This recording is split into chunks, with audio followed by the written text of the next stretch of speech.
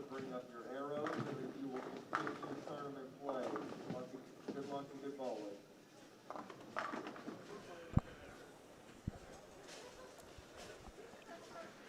All right, we start with 187 players yesterday. We're down to the final 40 here at the Bradley Open. This is Cashier's Own, 6 games to the top 8.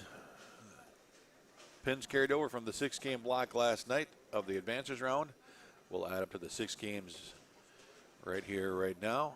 And that will set our top 8 for the bracket final later this afternoon, and $10,000 first place prize here at the 2021 Bradley Open.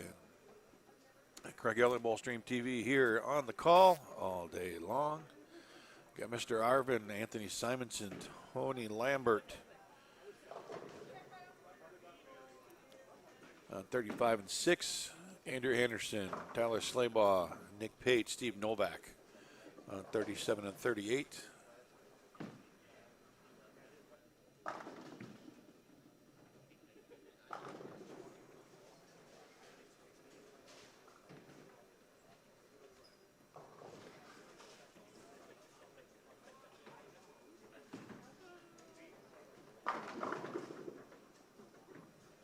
That was close.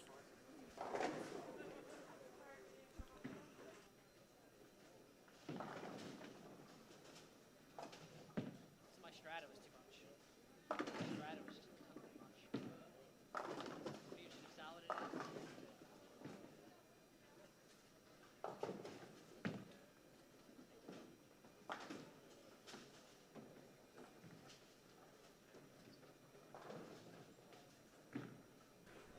Oh, yeah, Zach Wademan's the 4th on 35 and 36. How soon we forget about his TV performance yesterday, and here he is again today in the top 40.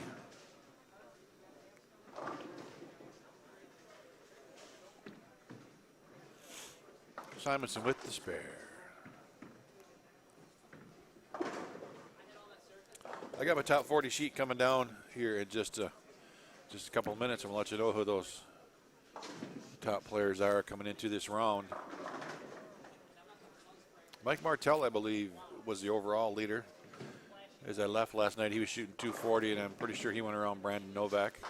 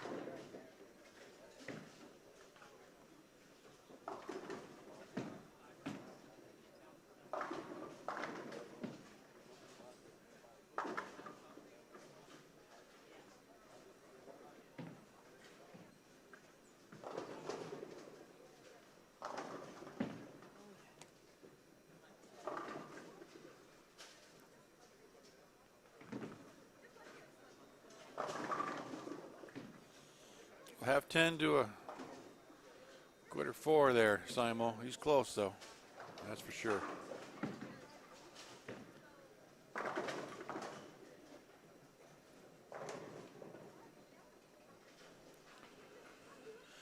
All right, top 40 coming into this round. Mike Martell, 13-14. Kim Bottle, defending champion, made a big run last night at 1290. Simonson, 1270, tied with Novak. Michael Holloman, 1262. Andrew Anderson, 1261. Trevor Roberts, 1259. And 8th right now, which is the important number, Kurt Pelon would be the final man in the bracket if we stop things right this second. And in game one here, kicking off the cash round, we have tournament director Jason Ushwal back with us. Good morning, Jason. Morning. You well rested? I wouldn't say that. You got that 2 hours and 12 minutes of sleep last night? A little more than the night before? Little more than that. little more than that. That's good. Pretty impressive top 10 and pretty impressive top 40 overall. Yeah, very much so. I think, like I was talking about last night, I think when Todd was sitting in, it's a good spectrum of different people across the board, from locals to amateurs to ladies represented. I mean, it's the whole scope of people. So really, really good group of top-end bowlers out here bowling this morning. You know, and as you're well aware, you're always going to get that, oh my gosh, the lefties are just going to kill them. Yeah, there's 4 in the top 10, 2 of the top 2 are left-handed, but there's also a lot of really good lefties that didn't even make the cut and make the top 40. Yeah. So let's just nip that in the bud right now. It's not a lefty-dominated shot. Your lefties are still alive are pretty darn good. Micah Holloman, former PBA Rookie of the Year. Kim Balabi, defending champ. Mike Martell, a college stud, and has had a great last year of bowling. They're just damn good bowlers. Yeah, I mean, and I think there's 5 total. So you've got AJ Rice, and that's self-explanatory itself. Who shot 269? Was the only game he shot over 200 to even get in the top 40. Right, and then you've got Tyler Slabaugh out here on 37 and 38. That's won almost every major amateur event that you could probably touch. So a lot of great lefties, but proportionally, you've got 5, I believe, unless I'm missing anybody out of 40. Tony, 6. 6, sorry, 6. Oh, Graham Fogg. We always forget about Graham.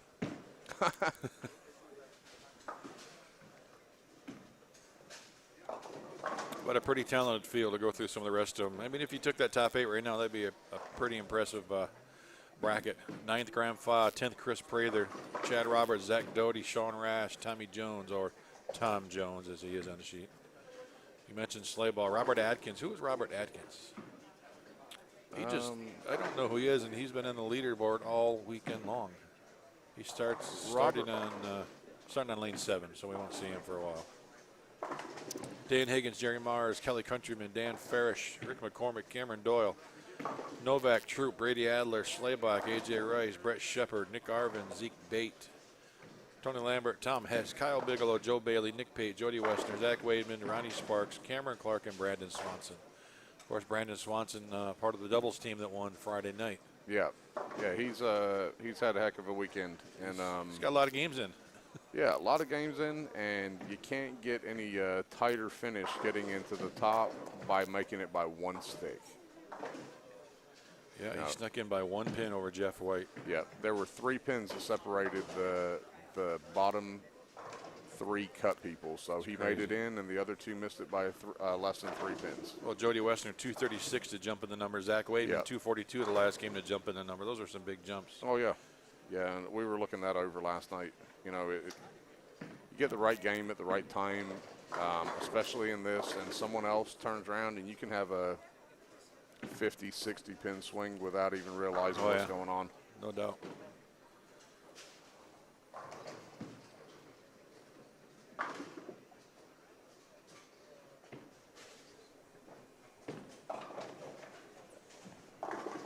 There we go. Robert Atkins is from Alabama.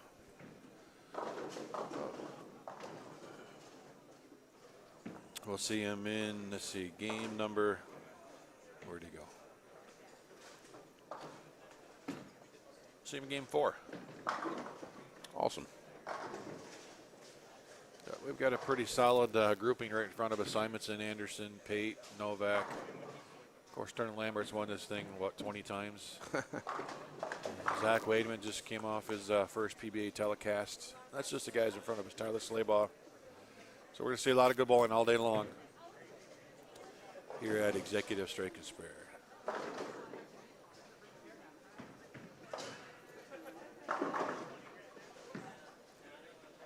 Now, I'll be honest, if Simonson doesn't win, I'll be shocked. He's been up towards the top all weekend long. I think even yesterday he was just trying different things, kind of playing around a little bit. But Yeah, I mean, he's just tough right now. Yeah, at the top of his game. He's definitely had the best look all weekend. I mean, some of these guys, they're not going to surprise me, obviously, to make a run, but you got a lot of people in this top 40 that have either won the event before or been finalists. So, you know, you've got Tony Lambert, like you said, that's the only guy that's won it 3 times. You've got Ronnie Sparks down there that's a runner-up. You've got Graham that was a runner-up. You've got Novak's a 2-time or back-to-back champion. And a runner-up. Right? Yep. You've got Tommy Jones here bowling, and you know his quality obviously speaks for itself. But he's won the event before. Well, I think he beat Novak, right? So Novak actually could have had 3 in a row. Yes. Yep. I mean, he was close to 3 in a row. Yep. Second, first. Yep. That's not bad. Yeah, not too shabby. Not too shabby. I think there's only 1 year since 2014 that Brandon has not made the top 8. There's only one.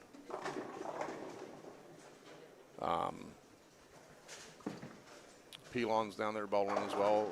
He's currently sitting in 8th. And he was runner-up to EJ. So, obviously, like you said, a lot of talent in the field, but also a lot of experience in this event specifically and where everybody's finished at.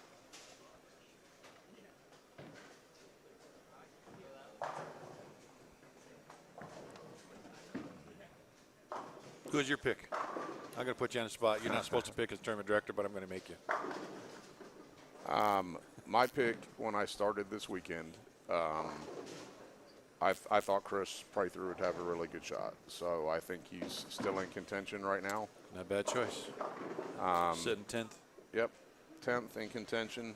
You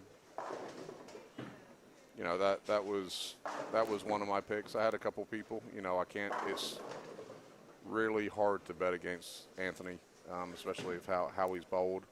It's also, for anyone familiar with the event, as you and I are, it's almost impossible to bet against Brandon Novak in these kind of conditions. Yep.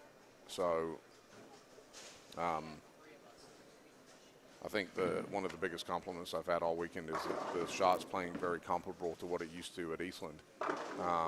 And, you know, being that he won back-to-back there and the conditions are playing comparable, again, hard to bet against him there, but the sheer quality of the field, I don't know if there's necessarily an outright number one that could, you know, everyone would just automatically pick. The word comparable seems kind of funny today. I think that's code for freaking hard. We saw some stuff over the last couple of days, like what in the world is going on?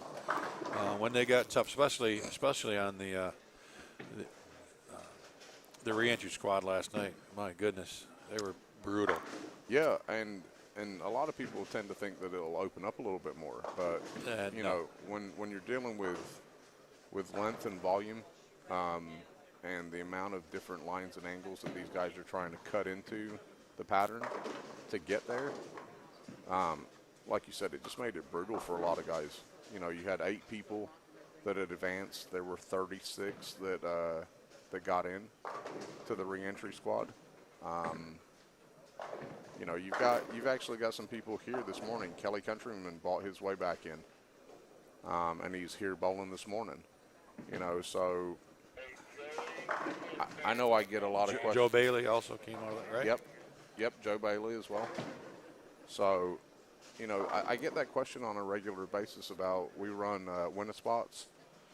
We encourage a lot of other facilities to run them. It's just a affordable way for some guys to get in. You know, they can win their way in for as little as $50 to $70.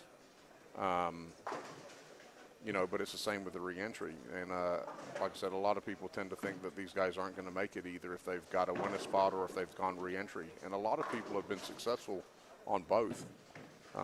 Reentry this year, like you said, you take Joe Bailey and Kelly Countryman that came through that, struggled in their qualifying blocks, came back in, paid an extra $100, and they're here this morning, invested for $450 in terms of entry fee for the event, but they're cashing for a minimum of $600. So they've covered at least the cost of their entries, and depending on where they finish is how much more they potentially take home.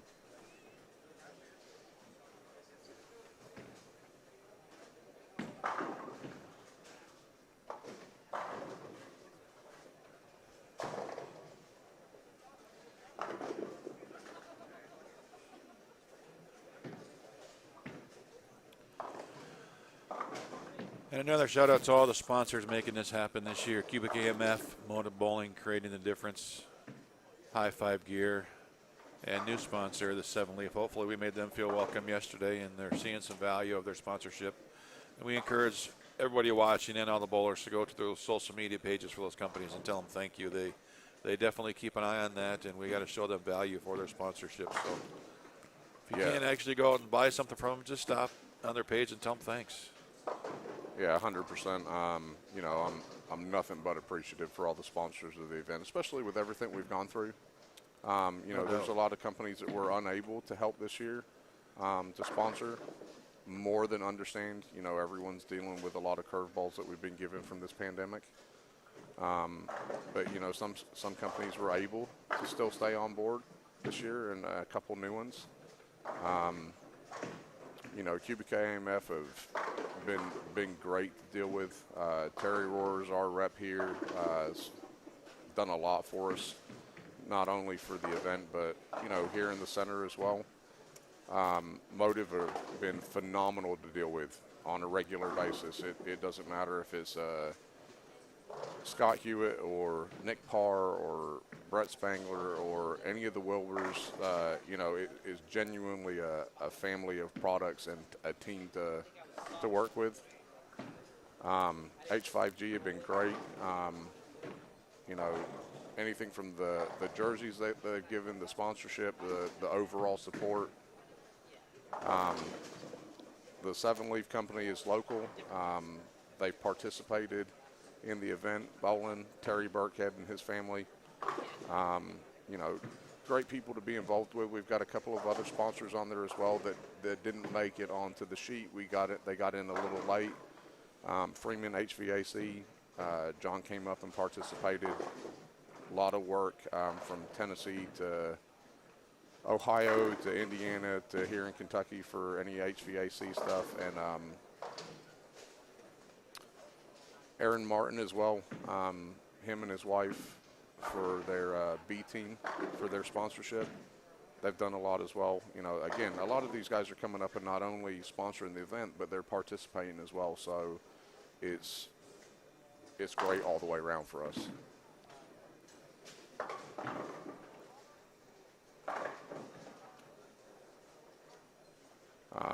And making sure that I do not miss anybody, because I feel like I almost did. CTD, Ron's done a great job with everything. I mean, he's just opened that education center in Hopkinsville, doing a lot of great stuff down there.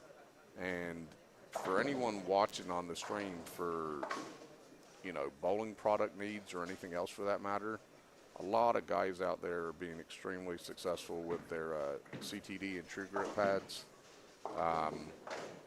You know, it's given a lot of these guys in the top 40 some different looks with the surface that they're able to create with those, the cleaners that they're using.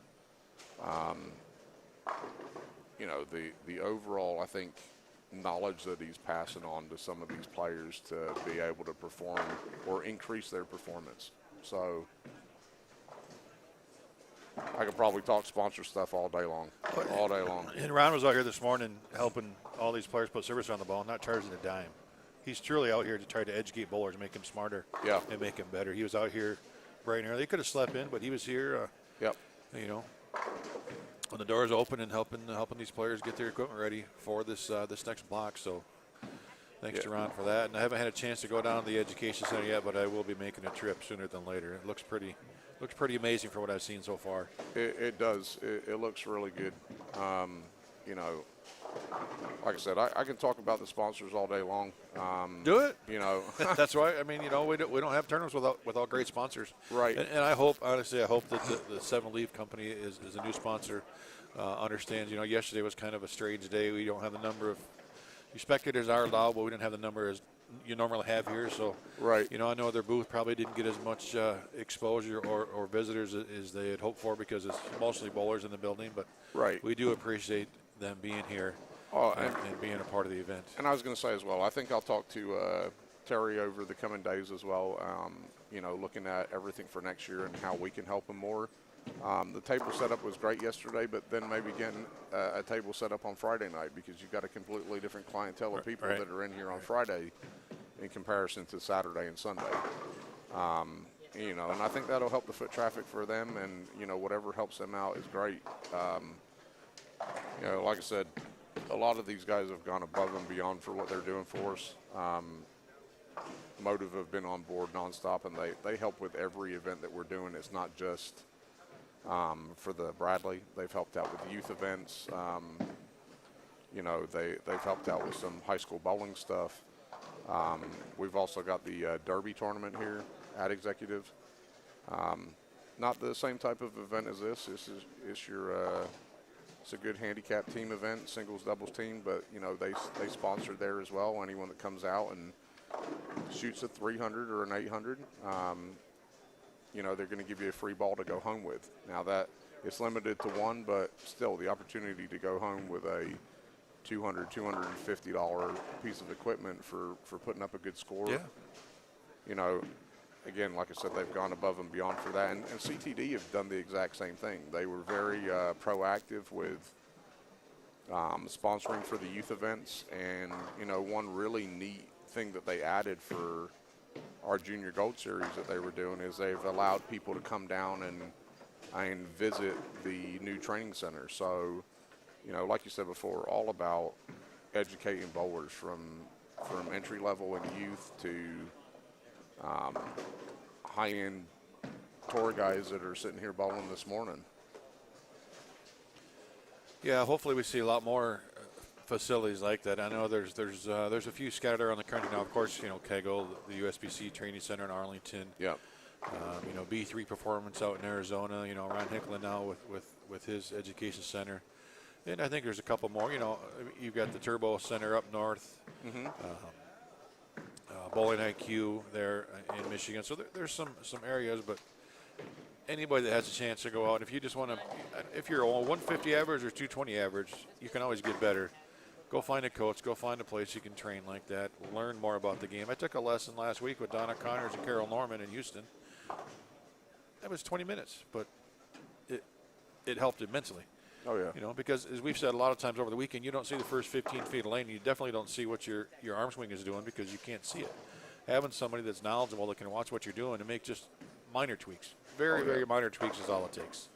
I mean, I remember even years ago I was golfing and, I ran a golf league and I started playing decent, playing a couple times a week, scoring okay, but just hitting the ball good. And I went out one day and I couldn't hit it from me to you. It was frustrating. I walk in, I talk to the guy, the club pro. I say, hey, let's go out the range.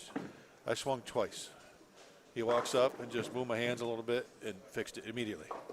So it's just minor tweaks in whatever sport, especially bowling, that makes such a huge difference.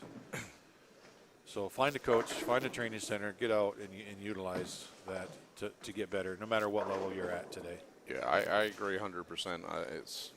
It's all perspective, Like you said, you can go out and you can practice all day long and not fix anything. And sometimes it just takes a fresh pair of eyes to see something from a different angle or, like I said, different perspective. And they're able to help out. I mean, a lot of these coaches have dedicated their lives to improving their knowledge of the game and how they can help you. And they're willing and able to get out there and improve your game so that you enjoy it more or you compete more. And use the technology. There's a ton of technology out there. Use it to your advantage. Right. We'll get Jason back in a little bit. He's got to go do some tournament director duties. So good morning, everybody out there watching. Brandon Grant out in California. Yeah, I'll give you a couple lessons, my man. Take up golf. That's lesson one.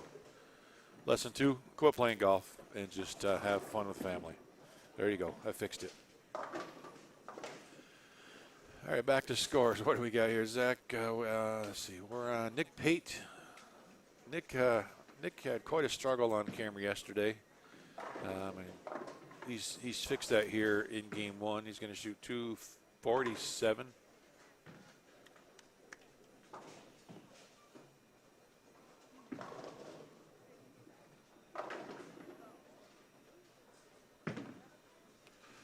Andrew Anderson strike for 199 on the fill.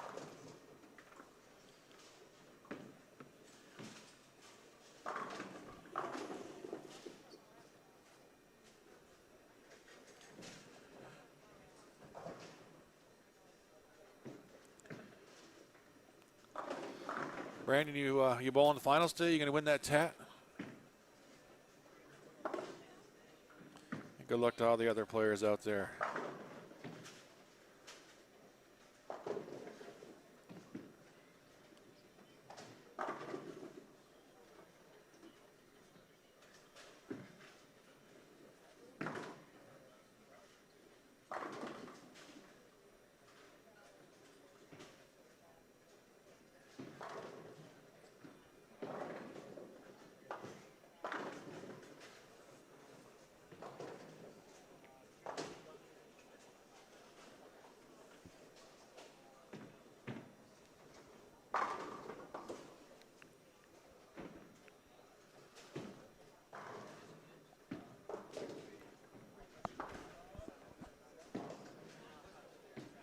Text me updates, Brandon. Let me know how it goes. Get it done. Get that title. Team Harvey.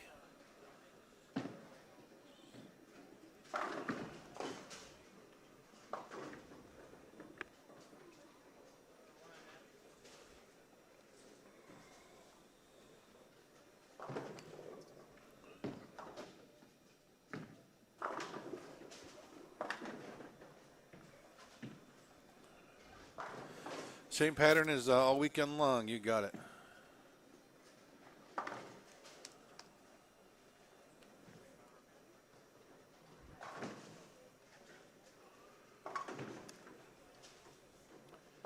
Strike here, get Simonson in the 220s.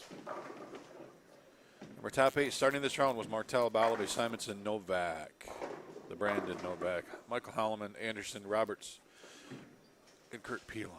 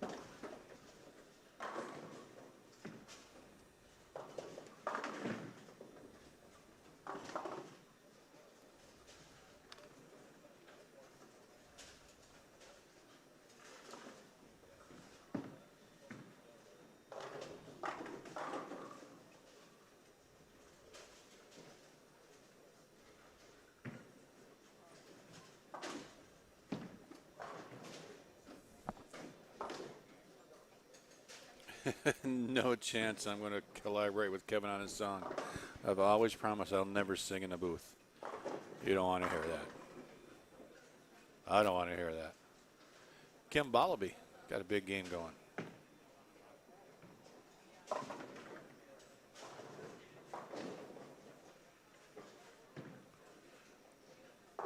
He's a strike away from 259 in game number 1. Defending champ might just take over the lead here. I think he will, because I don't see anything on the Martel scoreboard. I'm not even sure which one he is, but I see A. Yeah, Martel's going to shoot $184 at best. So we're going to have a new leader. It's going to be our defending champion, Kim Balabi.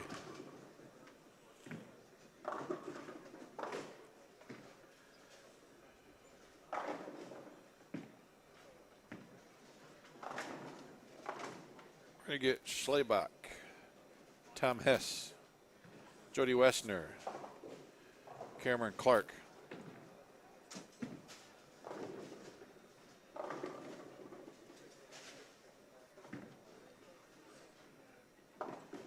Sean Rash,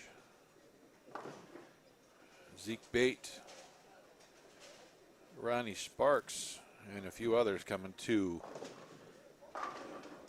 Covering game number 2. Be a couple minutes. Until then, take a break, refill your coffee, grab a snack, take a 2-minute nap, come back and join us. Game 2 coming up next here. Cashers Round live from the Bradley Open.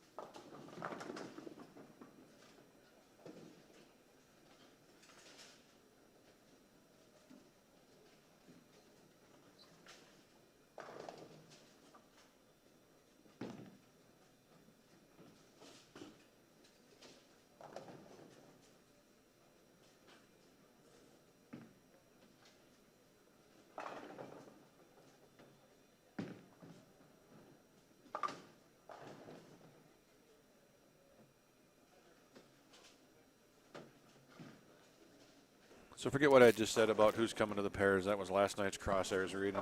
We got Mikey Schlabach, Kyle Troop, right here, right now. Jerry Mars.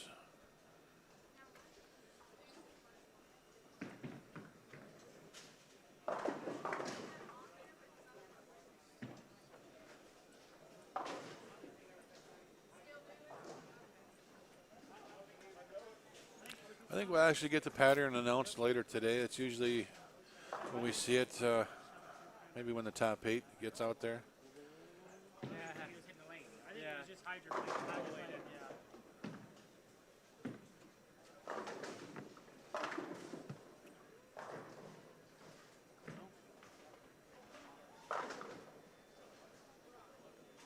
Game 1 just ended, so we'll get all the scores shortly to give you updates. So no need to ask how a certain person's doing because I don't know yet, except for who we have in front of us. We do know, or I do know, that Kim Bolaby is our leader after that first game of the Cashers round.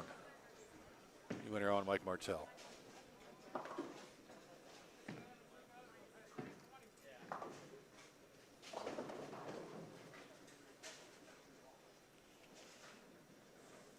And there is Mike Martell right there.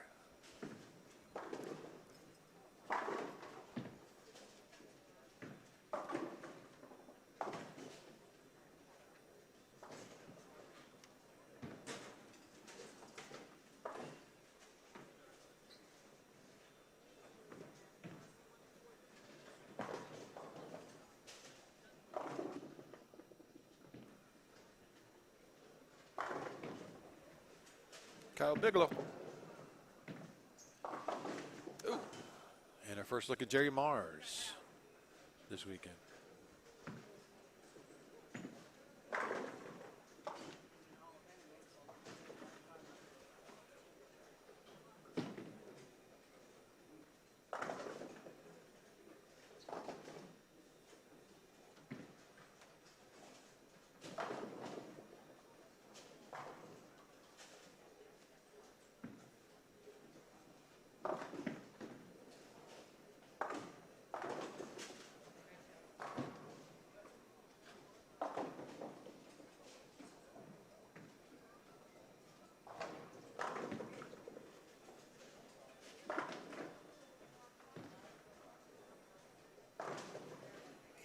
Yeah, if anybody wonders how tough this shot is, look at this first few shots we saw. We saw Schlabach miss left and the ball just almost backed up into the pocket.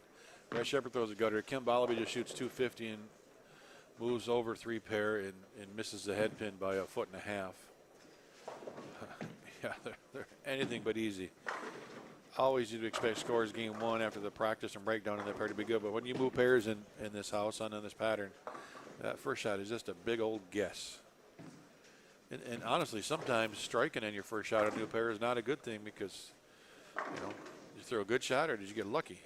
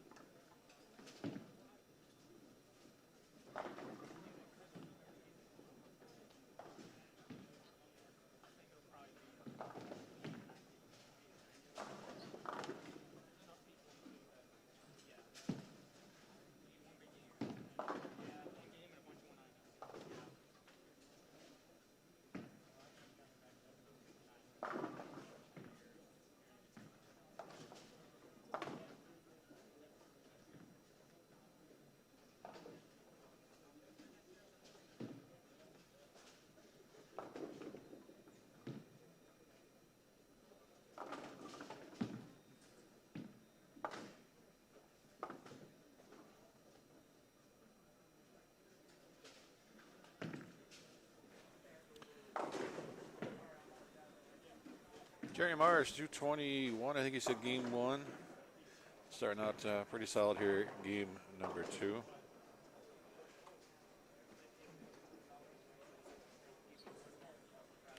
Remember, all pins carry over from last night into today to set our top 8.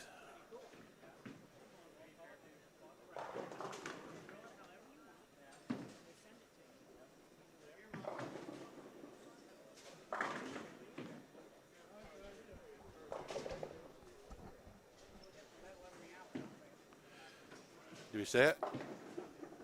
Handball.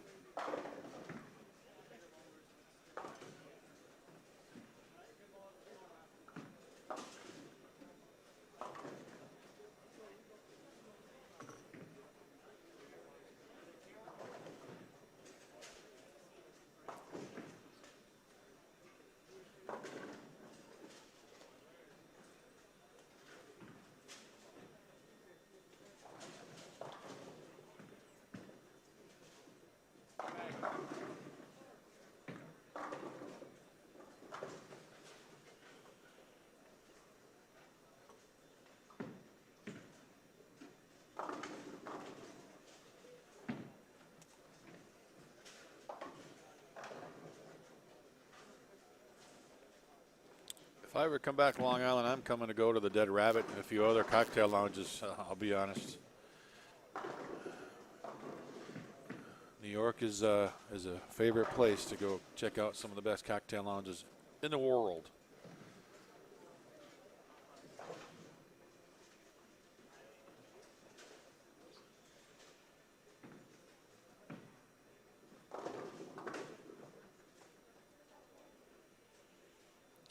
Nice split conversion, Mike Martell. Every pin's important here this morning.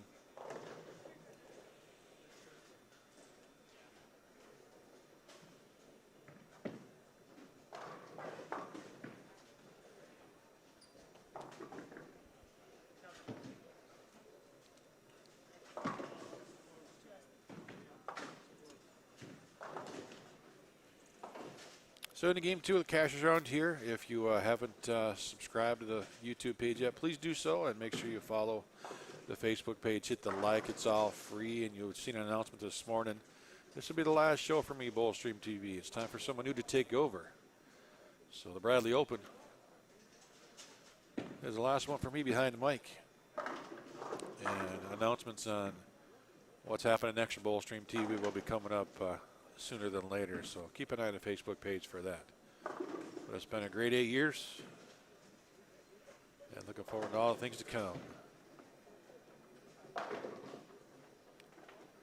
Thank you, Lon.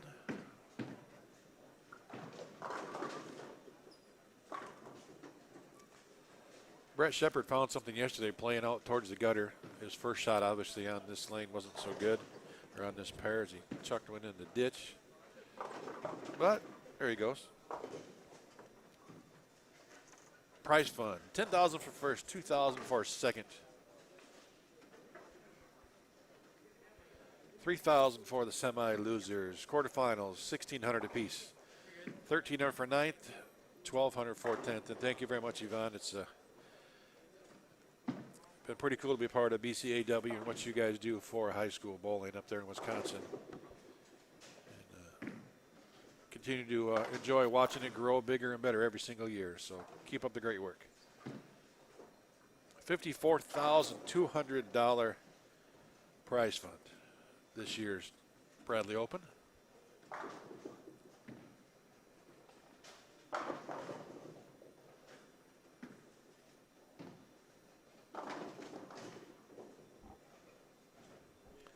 Always smiling on the inside.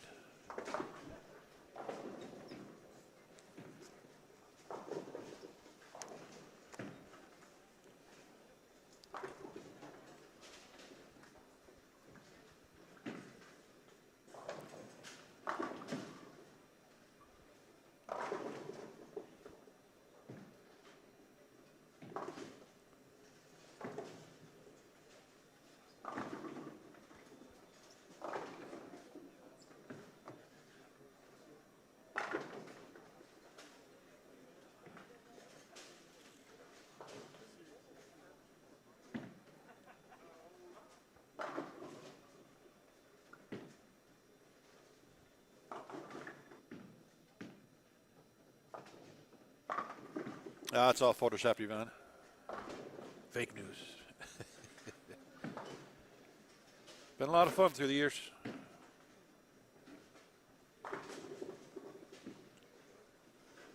How about Kyle Troop? He's been having fun this weekend. He'd like to strike a little more, make the top 8, make a run here.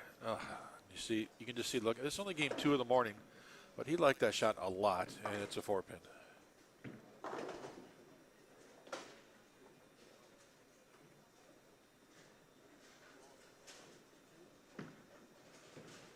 Plus 59 for that 8th position, and here are the scores.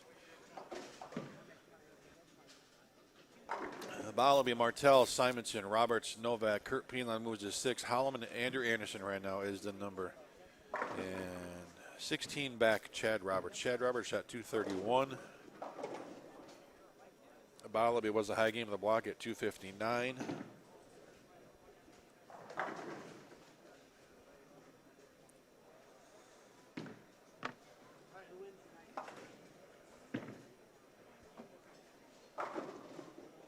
And as we know, one big game can jump you up. We got 5 to go, so anybody within 100 pins, it's got a legitimate chance. That gets us all the way down to, Tony and Lambert at 1358, Kyle Troop at 1351. Kyle's 108 back with 5 to go. Pop off a couple 230s or a big 250 somewhere, you're right in it. AJ Rice proved that yesterday. He only had that one game over 200, and it was enough. So mentally, you have to prepare yourself for. You don't have to strike every single shot, but you need to make your spares and get your pins when you can and make that run.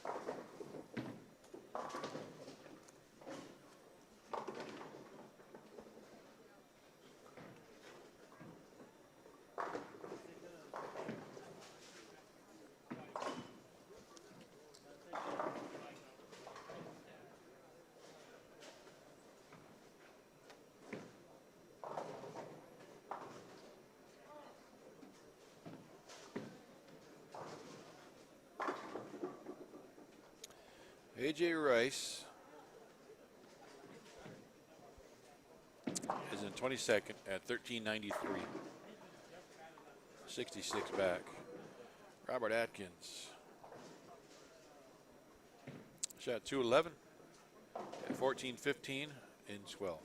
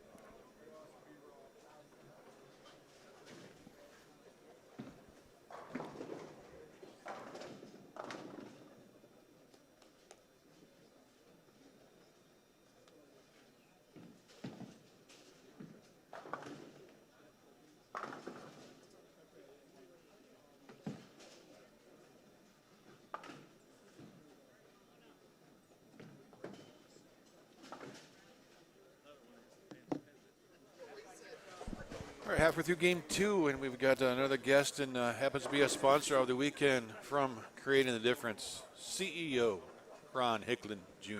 What's going on, man? Welcome. Great to see you this weekend. Yeah, it was fun to be able to come out here and hang out with the guys a little bit, do some bowling. Even though it wasn't my best effort, it was definitely always a challenge at the Bradley Open. You know, it's just bowling. That's true. That's true. Not life or death. No, there'll be another tournament next weekend somewhere. But we were talking about our sponsors a bit earlier, and talking about you specifically and what CTD in the training center and all the stuff you do for the bowlers. I mentioned to the people watching that you were here this morning helping all these players get service on their balls. Yes, sir. Yes, sir. Got here early this morning with the guys. I'm pretty sure you weren't charging for that. You're just out here trying to educate the bowlers, helping everybody get better, and we appreciate that. Yeah, man. At the end of the day, it's trying to grow bowling. These guys worked hard to get to this spot, so we do a little helping out here, give the guys pads if they needed them. A lot of guys needed pads, so that was good. It was good for us, and it's always good to see these guys. I'm glad to see people out here bowling. It's not happening everywhere, so. That's the truth. That's the truth. A lot of places there is no bowling still. California, Michigan just opened back up. California is still a no-go, and a few other places as well. So hopefully, whatever normal is going to be comes back sooner than later, and we all just continue on and happy and healthy lives. But what are you seeing out here now? I mean, this is the third time the pattern's been put down. It always gets a little bit tighter. How do you think we're going to see scores throughout the day, and who do you think might find something to make a little run? So it's always interesting, right? I mean, obviously the pattern does get tighter, but these guys also have a little more experience on it too, so they know what they're getting into today. So the guys that were using the 500 grit maybe the first time they bowled now are coming back and getting that 220, that 120, that 80 grit on their bowling ball, knowing that they may need that. So I think that part of it kind of bounces out a little bit because these guys do know a little bit more about what they're bowling, especially some of the seasoned guys, the guys that have bowled these types of events before. Obviously the pros, they kind of know what they're getting into as well. And the other thing that's less of a variable now is they kind of know a little bit about the house. The house doesn't play the same across the buildings, so you've got to make adjustments for that. So these guys know that now. So I think the scores will go up because of those things.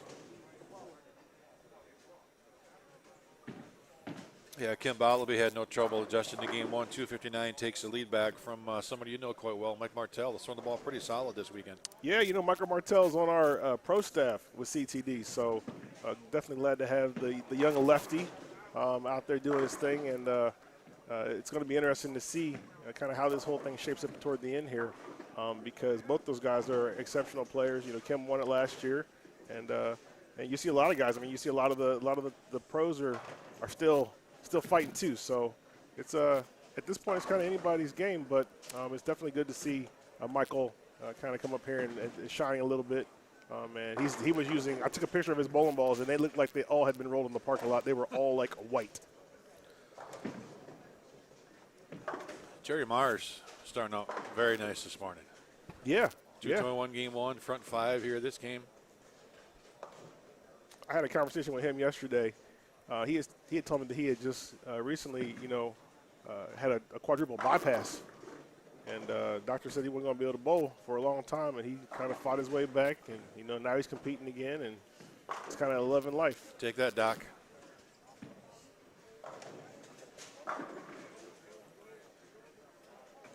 Here's Mr. Martell right now. Break his game down a little bit for us. Absolutely. So one of the first things you're going to notice about him is that setup position, right?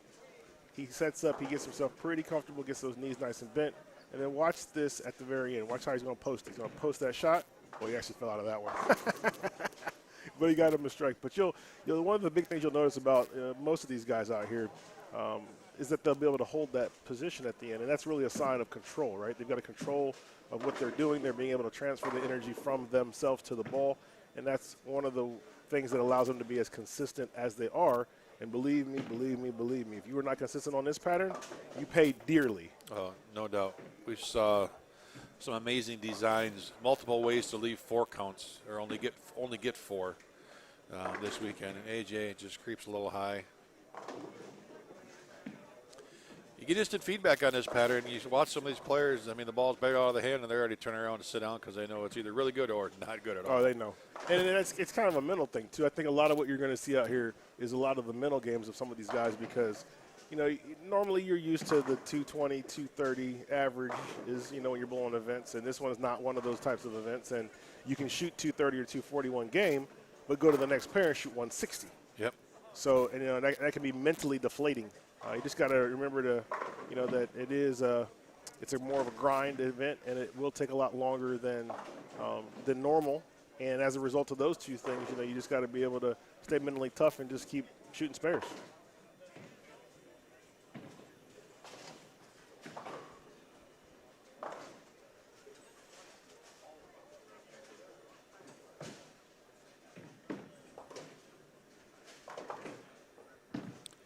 A look at Jerry Mars here. He's looking to jump into the top 8. At 221 game 1, he's in 11th. 14-17, only 32 back.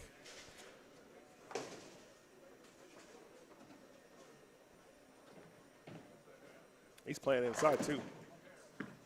Send it down about 18, 19. Probably want to get out just a little bit further than that, probably to 15. Tug that one just a touch.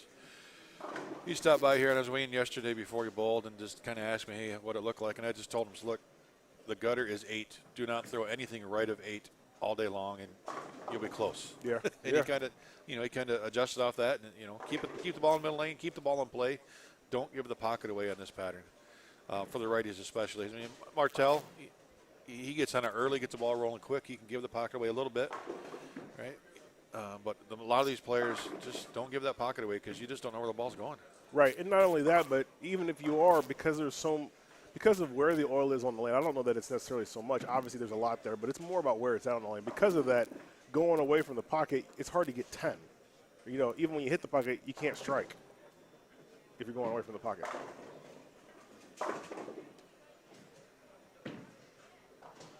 And here's a guy who likes to hook it as much as anybody in the business, Mikey Slaybach, and look at what he's doing. Oh, yeah. Gets all over it and just hopes it sits there. Yeah, well, I mean, what did he hit, like 24, 23 at the arrows, just hoping it backs up Just into the hoping it pocket and just- yep, stays? Yep. Yep. Now you see Kyle. Looks like Kyle's actually right. Be interesting to see if he walks it left or if he just stays right and kind of jams it in there. Yeah, he's going left. Left and straight. Wants it to fade right back to the hole. And you said about trying to get 10. Yep. Right. It's hard. I mean, that was not a horrible shot. Nope. And it's just 9. And you see the look on his face. That's the mental side. That absolutely is a mental side. So you figure, you know, he's going to spare here to get 180. And you know, you can tell he's a little frustrated about that. But same thing, you know, 180 is not a terrible game. No. And it is a grind. So you just got to keep going, you know.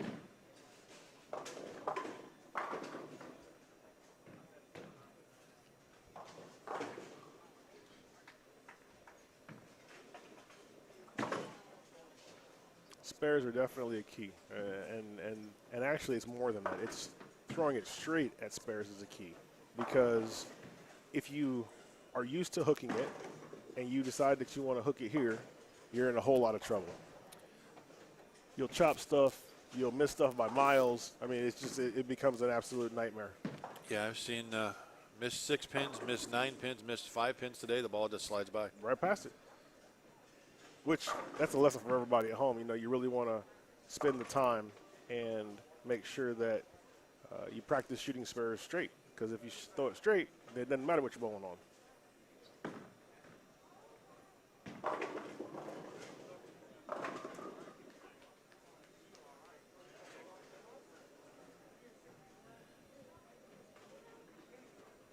Can't make spares. Little ball change for Mikey. Just backing it up. That one got the 9 out. 180. He was in 28th position coming in. 80 back on the number. He's not going to make up any ground, but with 4 to go, Still got time. a 240 game, that'll sneak you right back up into contention. Now, that's one of the benefits of this deal. And I was actually wrong on Kyle. I said Kyle was going to shoot 180, but Kyle's actually going to shoot 230.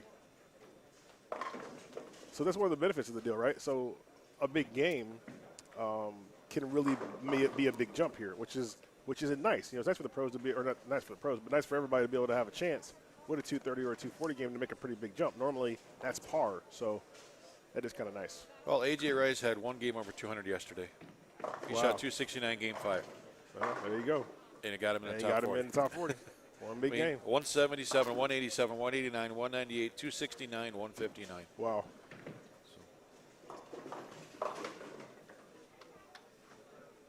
But kind of to your point, I think that's the nice thing about this event is, I mean, there's some tournaments you shoot 250, you're losing ground.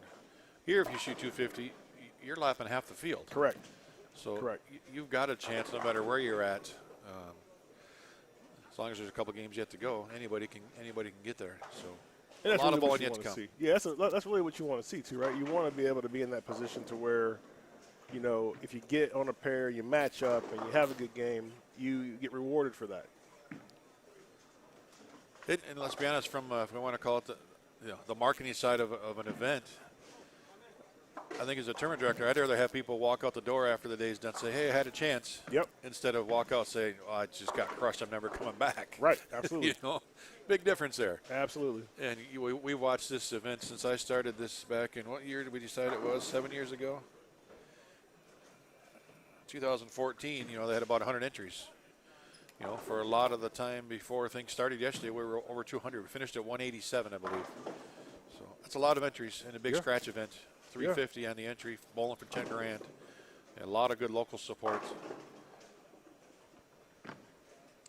There's another look at Wallaby. What's he got going this game? Not a lot. 191 if he gets 2 more in the 10th. Martel, what's he going to finish with? He can shoot 250s. He might be able to take the lead back.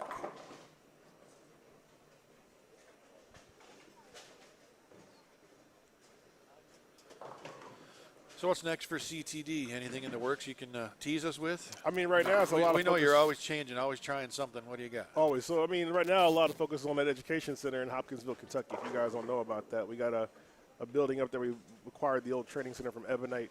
It's 4 lanes. We spent a lot of money renovating that building. We put some projector system in by Clutch in the building as well, which allows us to be able to do some very, very cool things from an educational teaching standpoint. We can put out lane patterns and then let you visually see the lane pattern. And then as you bowl on that lane pattern, we can put tracers out there to watch your bowling or to trace your bowling ball as you throw it down the lane so you can see if you're playing the lane pattern right.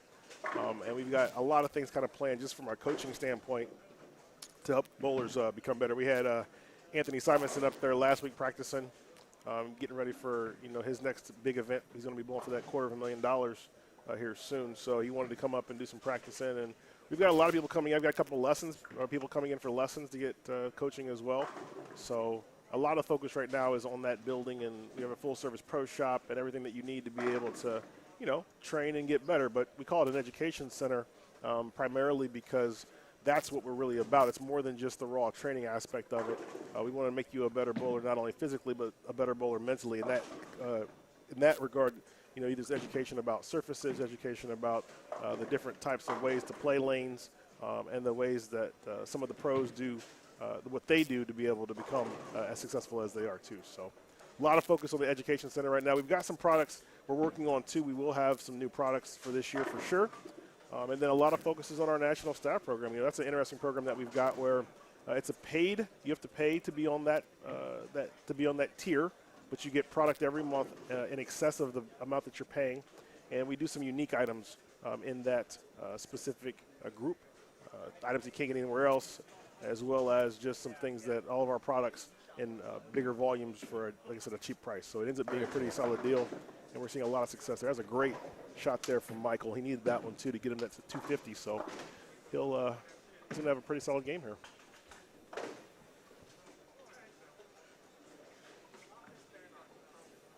Yeah, we were talking earlier with Jason about how technology in these training centers has gotten so much better. The last couple of years, really, it's just growing leaps and bounds and embracing that technology and using that to your advantage and understanding how to use it to your advantage is key in today's game. Yeah, I mean, I think, what it does is it allows us to accelerate the curve of making a bowler better faster, right? Because less guesswork. We've got all the other bells and whistles that, you'd expect to have there. We've got torch. You've got a $30,000 lane machine that can put out any pattern you want. We've got a lot of things that can help quickly identify where issues are and how to be able to get those resolved. And then we're working on some new technology. We're actually working on some new patentable technology for coaching specifically. We plan and hope to have that rolled out before the end of this year. If not, it'll be the beginning of next year for sure. That's kind of. He likes it. Yeah, I had a hook. Oh, and he rolls the 3-9. He just rolled the 3-9. So you got to slap that out. Let these players know you're here. Just give them a big old scream up there, right? Yeah. Yeah. Why not? Say, take that, everybody. I'm in the lead now. 2:57, game 2, Mike Martell. Nicely done. And that's the end of game 2. A couple more shots. A.J. Rice going to finish things up. And our fresh group is coming in on lanes 35 and 36. Take a quick break. Refill my water. Ron, you're welcome to stick around longer, or if you got work to do, I understand. But thank you for your support of this event and all you do for the sport of bowling. And CTD, check it out. The website, real quick. Yeah, ctdbowling.com. You can go there and get all of our products. I'll tell you the big thing for us is YouTube, man. Go to my YouTube channel, Ronald Hicklin Jr. on YouTube. We put a new video up every other day on bowling topics, bowling-related topics, anything related to bowling. That we put a video up there every other day. So feel free to do that. And last but not least, if you want to visit us at the Education Center, you can go to ctdeducationcenter.com, and there's all the information about the building and what we're doing there and how to get lessons and all that kind of stuff as well. Perfect. Thank you, sir. Keep up the Appreciate great you. work. Thank you, guys. Back in a couple minutes.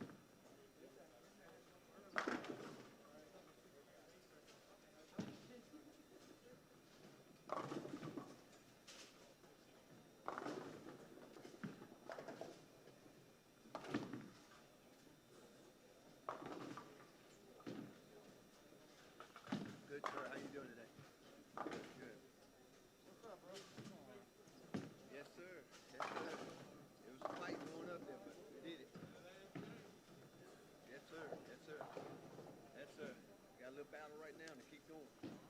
Yeah. I can get my scorekeeper to put the right score down. I got some of them fighting right there.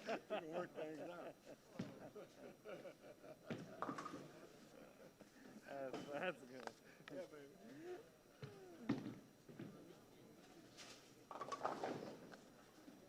Yeah, I shot a horrible score last time, so I really had 150. Well, man, it's easy to do here. Yeah, It's easy to do. Tommy Jones is right behind me. Yeah. Yeah, man. Keep rolling, man. Come on.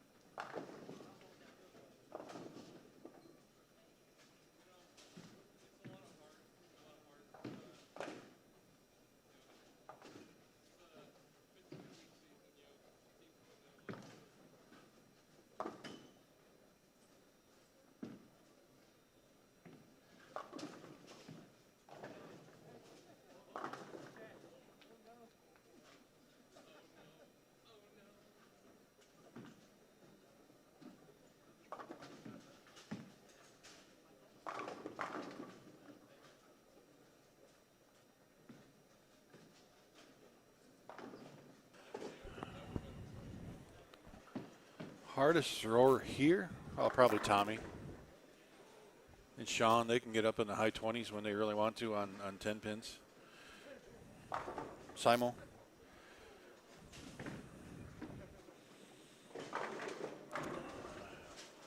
Robert Atkins, Ronnie Sparks. We got Rick McCormick, Brady Adler right here.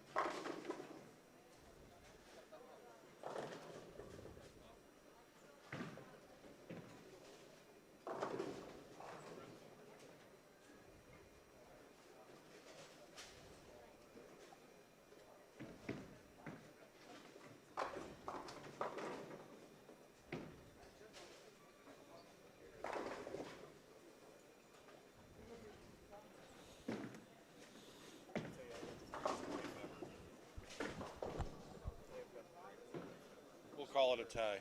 This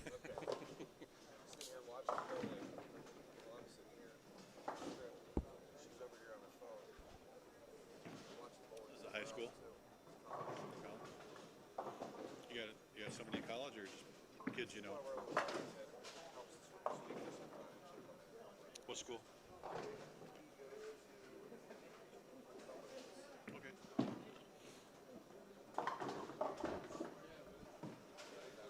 Yeah, yeah. Yeah, I've seen their teams at some of my events before. Yeah. Oh, boy. I need a massage. I need a massage.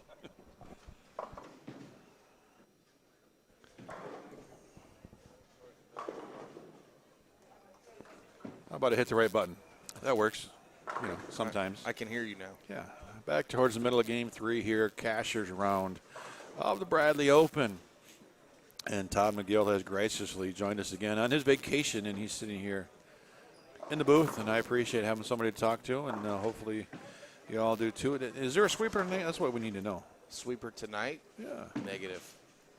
You Not got tonight. time? You got time? No. No, all we right. do not have time. All right, next week. Next week it'll be back. On the Bradley Open pattern. That's what everybody keeps asking me for.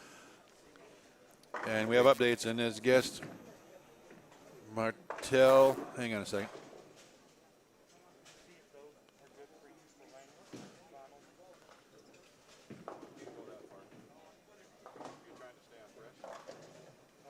So this is fresh, this is not.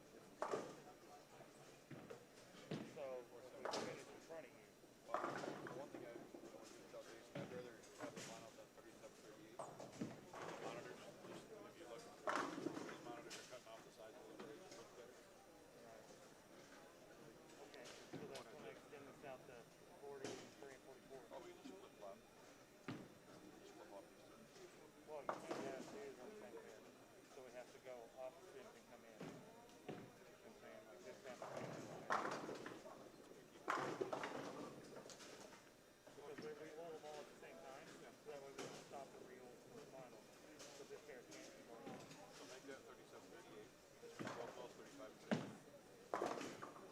We have two pairs going next to each other. Well, I'll ask them. We'll see where we're at. So you can't really go anywhere beyond 41 and 42.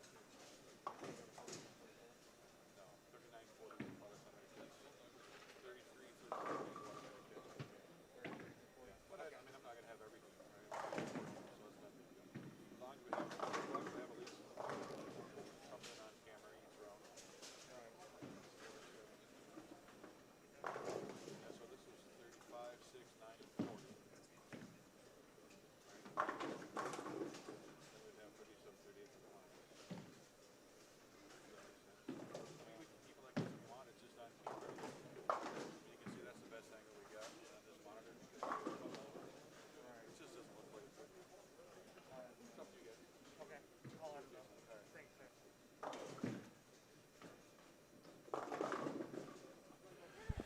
Let's try anything set for the step ladder. Make sure we know what pairs we're using. Keep everybody on fresh and keep it moving quick. But we've got 4 games to go before we get there. Martell back in the lead as we guessed. Bollaby drops to second. Trevor Roberts, youngster from Florida, I believe. Florida area, somewhere down south. Third, Brandon Novak.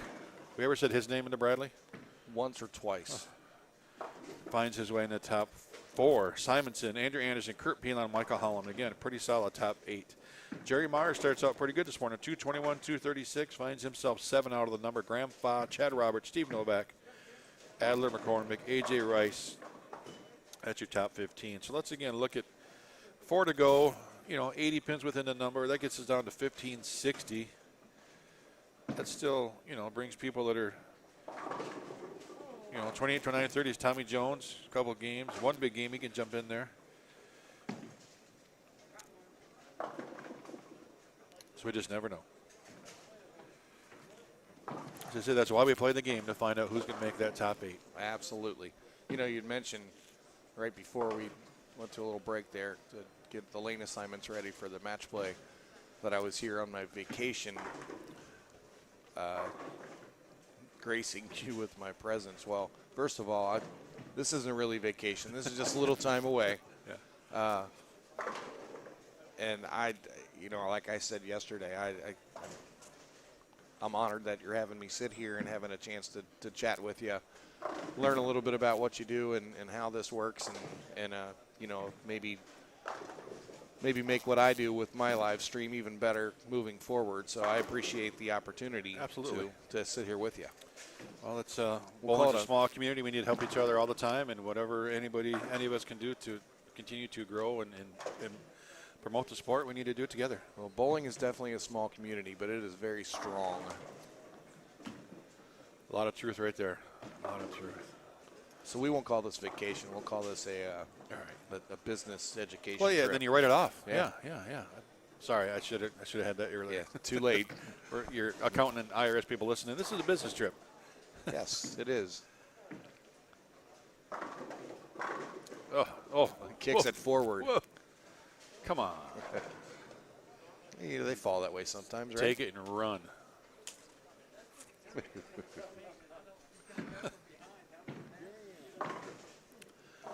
You know, we talk about emotion. Look at how much emotion was in that quarter second for Ronnie Sparks. He thought he threw it good, and then Andy Penn standing for a second, and you're thinking, son of a, oh, hey, I got it. All right. You know, so much goes through your mind in that split second. It's crazy. I know I did just before we sat down, but people that are watching this, it's on, you know, obviously it's streaming on YouTube. Don't be afraid to hit the share button. You can share it over to your timeline on your social media source of choice. I put it on my Facebook page. I've also got it over onto my TMT Bowling Sunday Sweeper page, and there's a couple thousand people in that group, so maybe we can get a few of them to watch for us or with us this morning. So here's all the different social media platforms now. A few years back, there was only a couple, but you can share it easily with one click to Facebook, Twitter, Talk, whatever that is, Reddit, Tumblr, Mix. I haven't heard a lot of these. Yeah. Pinterest, we know Pinterest. There's so many new platforms out there. You can just do a quick share. You know, just a few shy of 4,000 subscribers. Be nice to see that keep going up and up and up. It's all free. Share away. Let people know. Tell your neighbor. Tell your friends. Tell everybody. We got live bowling. We're going to award $10,000 here today to the winner of this tournament. It's not a bad weekend for bowling, is it? Not a bad weekend. Not a bad weekend at all.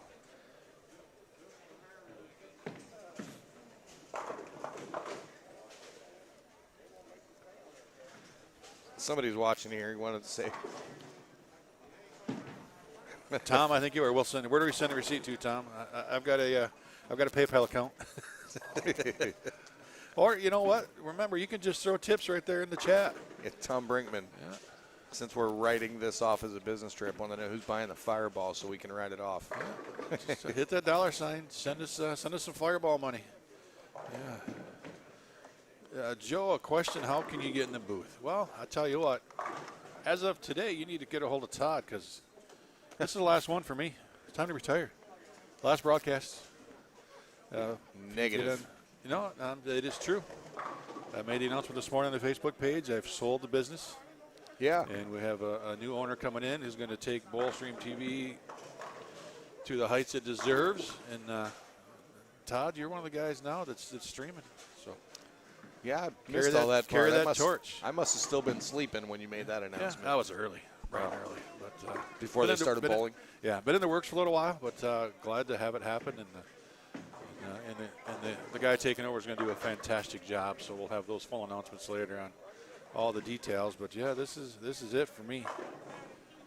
So guys like yourself, Savage Bowling TV, and many others can continue to grow and carry that torch and promote the sport.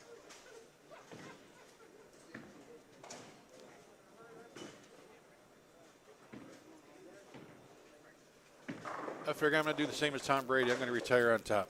He's going to win today, call it a career, and I might as well do the same. So. I think he's going to win today, huh? I mean, he knows how to do it. He knows how to win. You know, I've gone back and forth, and how do you bet against him, right? To be honest, it's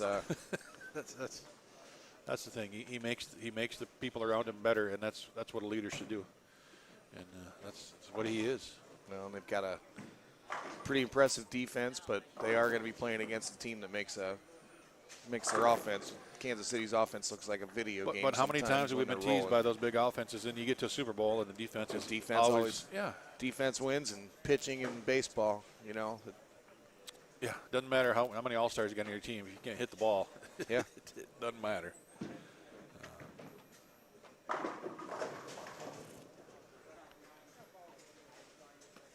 I remember, so, I mean, years ago I used to you know, do a lot of fantasy football with friends, and we'd have side bets here and there and this and that.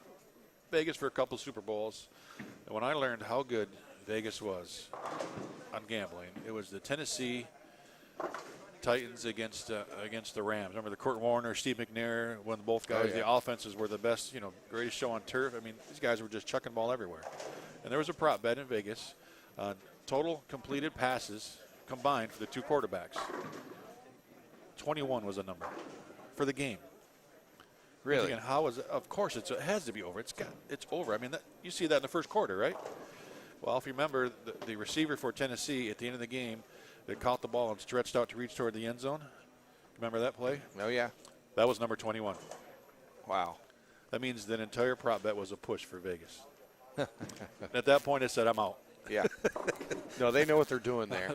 They know what they're doing. Yeah. And a lot of these players here, they know what they're doing too. Holloman, he's searching a little bit right now. He grabbed a fresh cover for his first couple shots in this pair, and the ball just hooked off his hand, and he just hasn't found anything since. He's grinding it out, trying to figure out how to have something, give himself a chance to stay in this event. And he's getting married Friday, so he's got other things on his mind.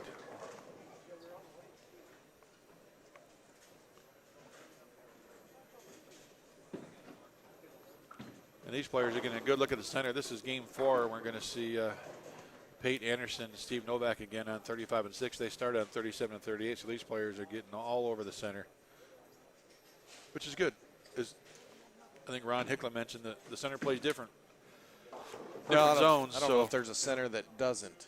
You go from one end to the other, or in the middle, or even pair to pair at a lot of places. They're all going to play different. They settle different. And maybe the airflow is a little different there, so the oil settles a little different on the lane.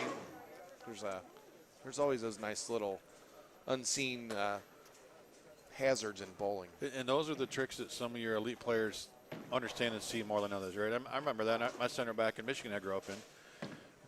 Basically, the only door in is on lanes 23 and 24. Yeah. 24-lane center. It's Michigan. It's cold. It's always colder down there, right? The oil's not going to settle as fast. You get down to 1 and 2 where it's a lot warmer. Yeah. Big difference, right? Or you get out in California, you know, San Diego, if you got lanes by the doors, that's where the dust and the beach sand blows in, right? So your approaches are different, your lanes are different, humidity.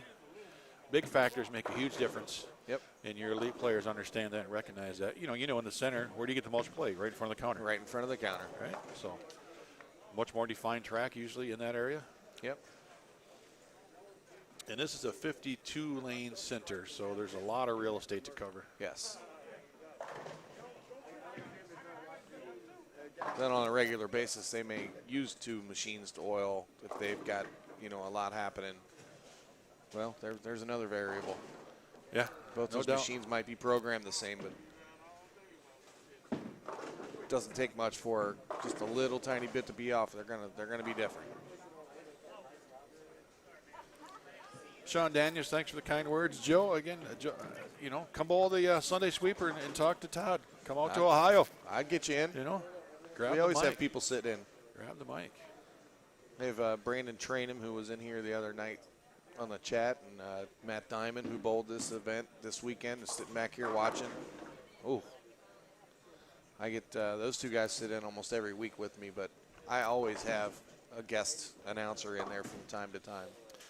It is interesting to me, you know, all the people, and I don't know Joe, and Joe, I encourage you to try and do it if you can, you know, even go to a NEBA event, see if you can sit in there, but all the people I've met and the friends through the years that they say, hey, I want to get in the booth. I can do it. Then you put a mic in front of them, they're gone. Yeah. It's different, and you understand it. I mean, you've done it for a while, obviously, and it doesn't bug you at all, but some people can't hear their own voice. No. You know, and they sound like they're having a stroke or been drinking for 2.5 days. So it's interesting, the people that do good in the booth and don't. But our job is the host is to make them feel comfortable and figure it out. So It is fun though. Well, it makes it a little easier when I'm here in front of, I'm sitting here and you had asked me to sit down if I wanted to. Well, first of all, it was very inviting, so it made it a little easier. I wasn't going to ask you to sit. And then I know most of these guys bowling That helps. through, so it's a little easier to be able to. So their games. There's I would say out of the 40 that are here, there's only 5 or 6 that I probably haven't really seen before. A lot of them have come through my building for a tournament at one point in time, or I met them up at Jody's events when I've live streamed some of his. So it makes it a little easier.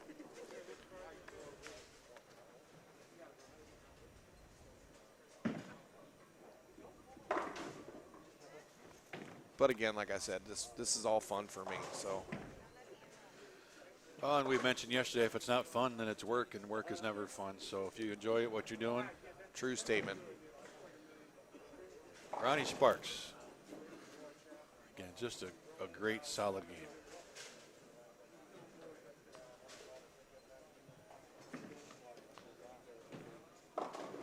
Whoops. Way to go. Wasn't me. Tell you, the rewarding thing for me through the years is watching some of these players just mature. Andrew Anderson, another one. I did back when I started as Michigan Bowler TV, doing events up in Michigan, just local stuff. Andrew was just a young kid. I think he was 18 years old. Scratch event that I did, and watching the tricks he had at 18 was just sickening. And you could just tell. Yeah, we're not going to say we knew he'd be a major champion, but you see certain people throw a ball, and you're like, yeah, they got something. Yeah. And Andrew was one of those players. Simonson, the same thing. First time I saw him in Texas, was like, yeah, there's something there. So it's been very rewarding to see these players. Oh boy! Mature. Wow, that ball hooked. Ball hooked and it kept hooking. And Andrew he's like, I don't know if I want to get up there right now. That's a fresh cover, Steve Novak.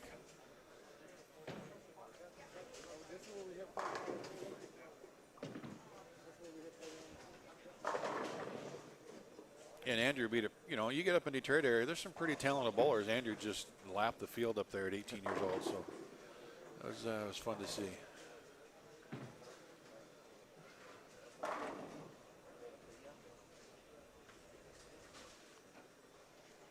Here's Robert Atkins, who we've been looking for a while.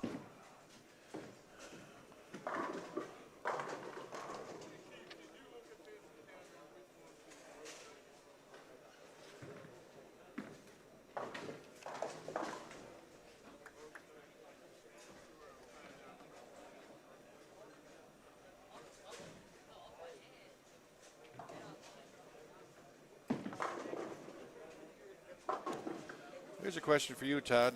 Can anyone enter your sweepers? Well, as a matter of fact, you can. It's wide open.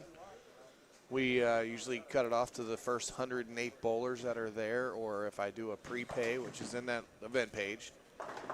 Well, it's a group page. So plug it. The page is what? It's just called TMT Bowling Sunday Sweeper and More. And the only reason it has the and more is because every other little event that we have outside of the sweeper or our summer series of tournaments, I promote every one of the tournaments within there, as well as also our vote on every Sunday. We do a vote for what the pattern's going to be each week.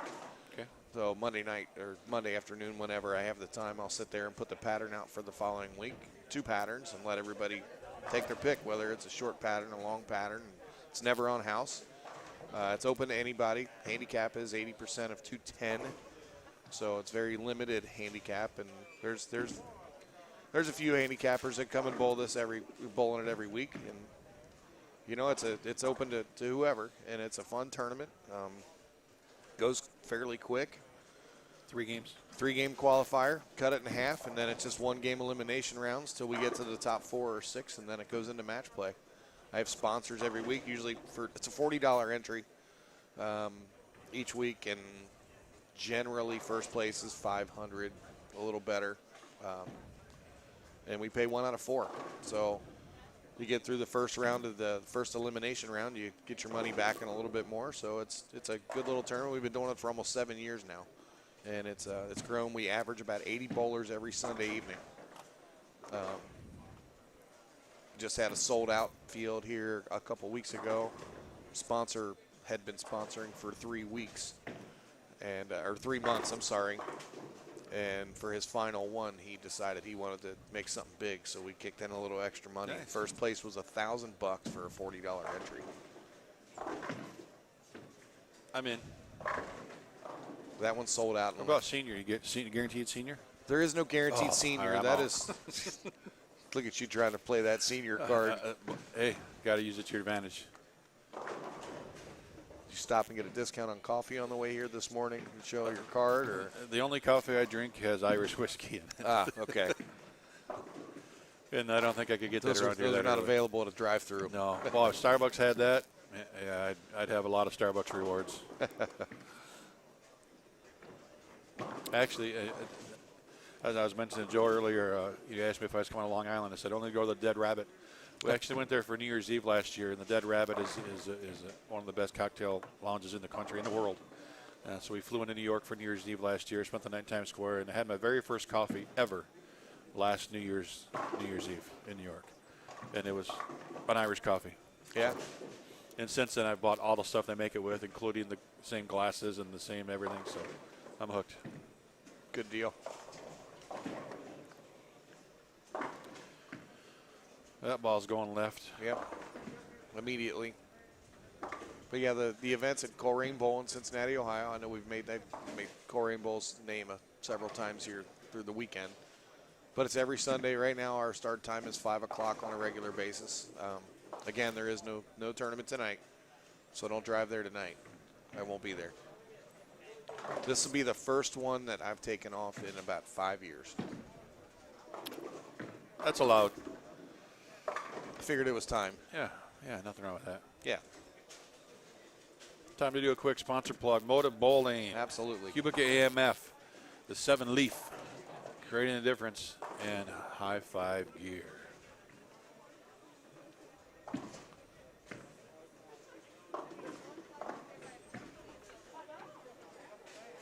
Remind me, I got a tournament idea for you at our next break. I'm all in. First look at Jody Westner this week. She's been camera shy.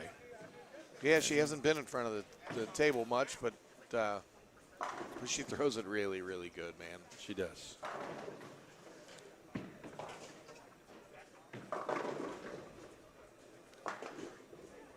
Do we know where Cameron Clark is from?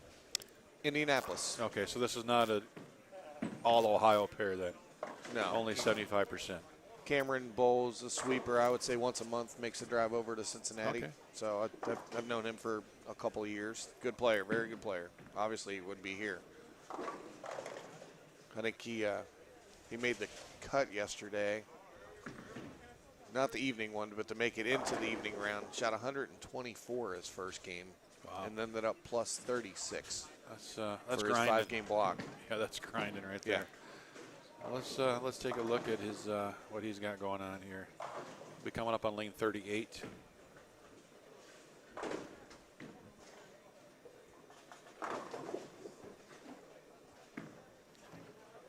Looks like he's using I believe that's a track strata with a little bit of surface on it.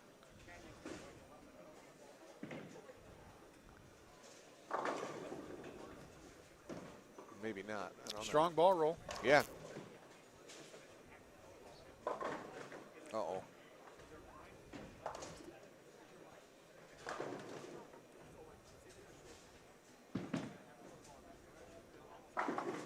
Pretty good pace this morning. We're already into game 4.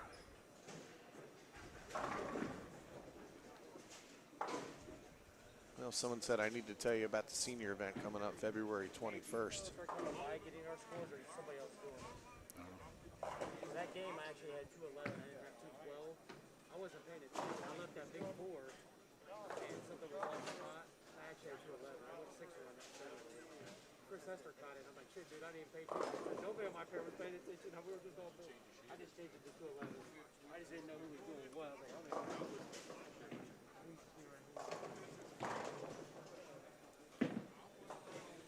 we're adding into our little sweeper series that we do every Sunday night, that we're going to do a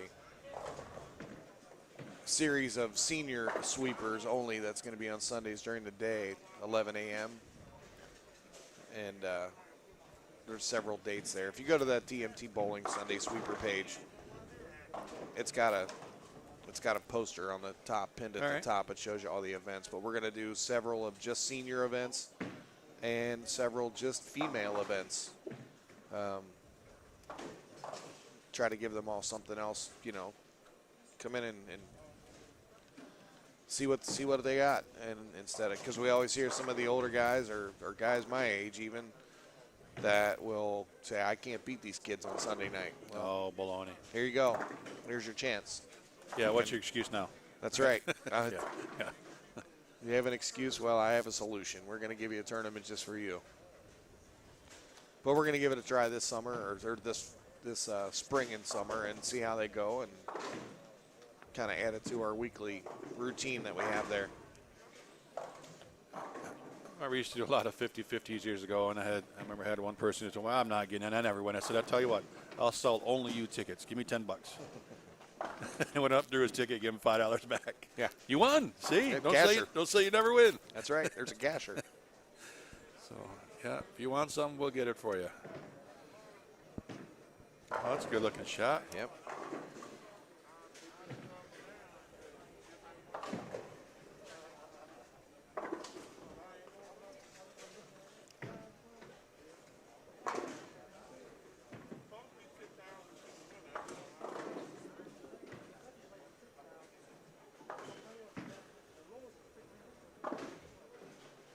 Did you have to wake up this morning and clean your car off on the way here? No, it wasn't bad. No?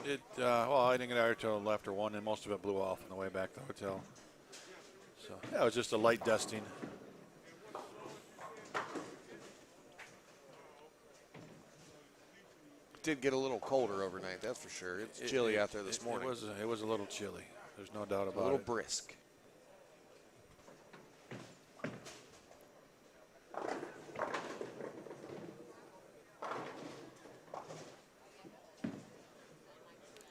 Yeah, I was wondering about that when I was driving around Louisville. I went down to Bardstown to Heaven Hill on Thursday. Beautiful drive. It was, mid-40s, sun shining. I was thinking, I wonder if they ever get snow in Louisville.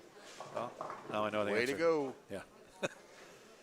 But it's probably not that common, right? I mean, they probably get maybe a few kind of like that. They'll get an ice storm every now and then, just because they're right on that. It's very similar to Cincinnati. I mean, we're just only an hour, 15 hour and a half north, and there'll be this massive storm coming through, and in the wintertime in Columbus and Dayton. Dayton's only an hour north of us, and they'll get 6, 8, 10 inches of snow, and we'll get like we did last night here. Oh, really? I didn't So realize it just that. kind of teases us a little. Yeah. We're right on that dividing line where the river is, and I think that kind of separates everything. Well, Cleveland gets crushed.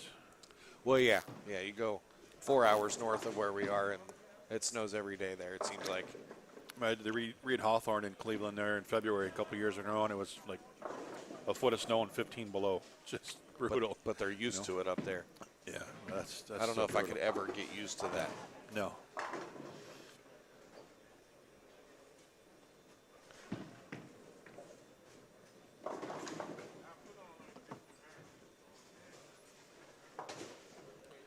B. Novak. Looks like they're starting to get a little bit early roll right through. A little bit. Hey, we have somebody watching us. Look out. Here's a question, Greg Bumpus. Can I use my Bradley scores for my sweeper average? No. Greg Bumpus. I'll no. answer that for you. No. Thank you. He's probably standing back here behind us in the crowd heckling us if I had to guess. He's been here all weekend.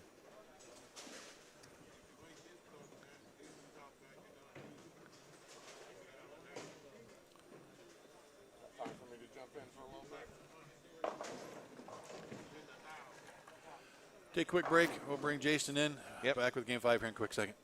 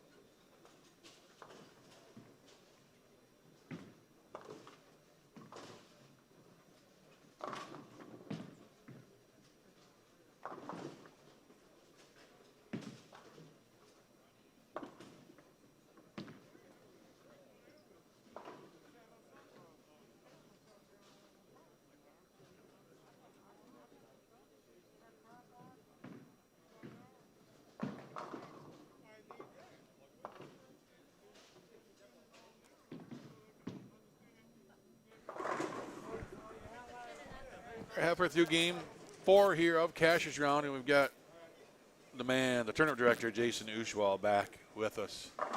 Yeah, that must be easy for you today. This is the second time you sat down already. Yeah, What's going on? trying to get a little bit more opportunity. Well, welcome back. I appreciate it. Yeah, I don't get as much chance normally to sit in as I'd like to. I prefer to be the so-called puppet master behind the screens, pulling the strings. So, every opportunity I get to sit in on the live stream, get some feedback, watch the bowling, talk a little with you. Well, one note you might want to make in your notes for next year is maybe you want to set the live stream down on the low end so you don't have to walk so far. Heck, how many steps do you keep track of your steps this weekend? I should. I definitely should. I'm getting older and rounder, so every opportunity I've got to get in some steps is good for me. That'd be a good. We'd have a prop bet next year. How many steps does Jason take from noon Friday to 4 o'clock Sunday? That'd be interesting. Yeah, take the over/under on a couple thousand. Oh yeah, I'd say 35,000. I mean, it's a 52-lane center. Yeah. The tournament office is behind 1 and 2, and you're going nonstop. As what's your official title? GM. Yes. So I mean, not just run the tournament, but you got and your staff. I'll tell you right now, has been great all weekend long, and those guys and ladies are putting in a ton of hours. Yeah, and that's fantastic. They have been great. So kudos to them. Yeah, like I said yesterday, it's all great to get the credit up front because my name's associated with the event. But if it wasn't for the work that everyone puts in the back, everyone from my wife Brandy running scores and Deanna Carroll back there to Justin Peach that probably gets the least credit out of everybody, but he's the running logistics in the back over there. So if those weren't put together that way, then this doesn't run smooth, and it doesn't allow me to get out here and just run my mouth on a regular basis. Well, so, and Gary and your snack bar staff, your bar staff, and Gary's put in I don't know how many hours this weekend. Yeah, he's been here every second we have. Yeah, they've done great. I mean, Gary's just taken over that role. He's just taken on the role of bar and restaurant manager here. It's new to him, and he's jumped in. Jumped in the deep end really. And then I've got my assistant manager at the front desk, Wayne Lester. He was formerly my assistant manager at Eastland. So nothing like bringing an experienced crew to a facility that also knows events and how they should run. Makes a big difference. Makes a big difference. Not to cut you off, but what the heck is that? That is ugly, is what that is. Somebody has to get a picture of that. 14610 for Nick Page. How in the heck do you leave that? I don't know. That's a bet in itself. Try and make that a second time in a row. You need patches. You got Bradley, right? Because there's some leaves we see here that you don't leave anywhere else. And yeah, that's definitely one of them. This is one. It's not one you've ever practiced. No, I've seen. I try to keep up with some of the comments being made in the feed and questions about the pattern, and it's one thing I keep close to my chest. Really, I don't really give out a lot of information about it. It's constantly changing and evolving as well. Heck, I've even had people try and ask me what the name of the pattern is. There isn't one. I always joke it should be called like the dark cloud because it just makes everybody miserable most of the time. But that's what they're looking for, and that's what the design of the pattern is supposed to be. We do have a question for you. Is there a no tap tonight? There is not a no tap tonight. There is not. We actually just started one. We've got a gentleman that was bowling in the Bradley this weekend that started putting a 9-pin no tap together. It's not running tonight, but it'll run every Sunday night from here on out. Great turnout. I think he had 72 people in the first night. So, for everyone that's looking to have a good time, strike a lot, enjoy themselves, win some extra money. It's definitely been a fun event last week, and it'll be going again next week. So, but this Sunday's full of events coming up. I mean, full of them. So it's anything from the Derby tournament coming up, team events, singles, doubles team, handicap. There is a cap. And, you know, although I'm personally not the biggest fan of caps for events, I get it. You know, it makes things fair. It evens out the field a little bit. It stops people from necessarily stacking the team up. But, you know, all the sponsors that are involved, or some of the sponsors that are involved with the Bradley are also sponsoring the Derby, CTD, Motive. Anyone that comes out and shoots a 300 or 800 at the Derby gets a free Motive bowling ball. Now it's limited to one, but again, anyone that can take that home for free for shooting a good score and working hard to get there. Most impressively, really, with the Derby is there's a $35,000 strike it rich pot that's progressive. Really? So you've got to put 16 strikes together in different frames, but it's a $5 pot and it's worth $35,000. So, you know, coming out and putting a team in and bringing some guys for a weekend, or bringing a group and having an opportunity to shoot at that. I've seen 2 guys over the last 2 seasons get 14 out of 16 possible. So it's achievable. You can definitely get there and take that money home. So it's worth it just to come out for that. We've got some other events that we're starting to do with Strike and Spare. They've just created a new Strike and Spare Open that's going to be. Somebody was in there yesterday. Steve, was he one of the owners or part of this? I think it was Steve. Somebody. Yeah, Steve Schmitto. He's the son mentioned of about the 8-house tournament or something. Is that what you're talking about? Yeah. He's one of the sons of the owner, Larry Schmitto. You know, everything's been put together with that. Steve does a lot of great advertising for the event with our social media pages, and the league and tournament page and everything else that he does on there to plug events. So he's definitely very proactive with trying to advertise what we've got. He's done a great job helping me plug the Bradley as well. So, yeah, I mean, it's just we're just trying to put a push out there for bowling in general, you know.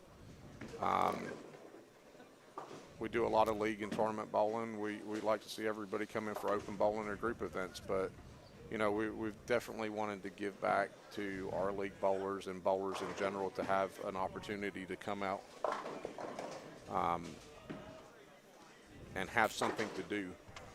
So, you know, and again, we're all trying to do it safely. As you can see on the stream, you know, everyone's got their mask on, and we're trying to observe everything we can. For us in the facility, in any of our facilities, we've got, you know, your sanitizing stations and everything like that. And like you've said throughout the stream for the weekend, you know, the staff are out there on a regular basis trying to make sure that everything's presentable and clean and ready to go. Definitely appreciate it. We got an update. So game 1 today, Balabi shoots 259, jumps to the lead. Martell shoots 257, game 2, take lead back. And then they both shoot 200 or 195 in game 3, and nothing changes. High game that game, Tom has 237, jumped 6 or 7 spots. He's 158 out of the number now, though, for Tom. So top 8 right now, Martell, Balabi, Trevor Roberts, Andrew Anderson, Brandon Novak, Kurt Pielon, Anthony Simonson, and Steve Novak. Steve Novak is 2 pins ahead of Graham Fa. Jerry Myers a couple behind that. Chad Roberts, Dan Higgins. So, again, I give the players within 20 games. So let's look 60 back. So let's go down to like 1790s. And that still gets us down into even like 18th place Kyle Troop with a very legitimate shot to jump into that top 8. I mean, 230, 240, you're going to jump 6, 7, 8 spots.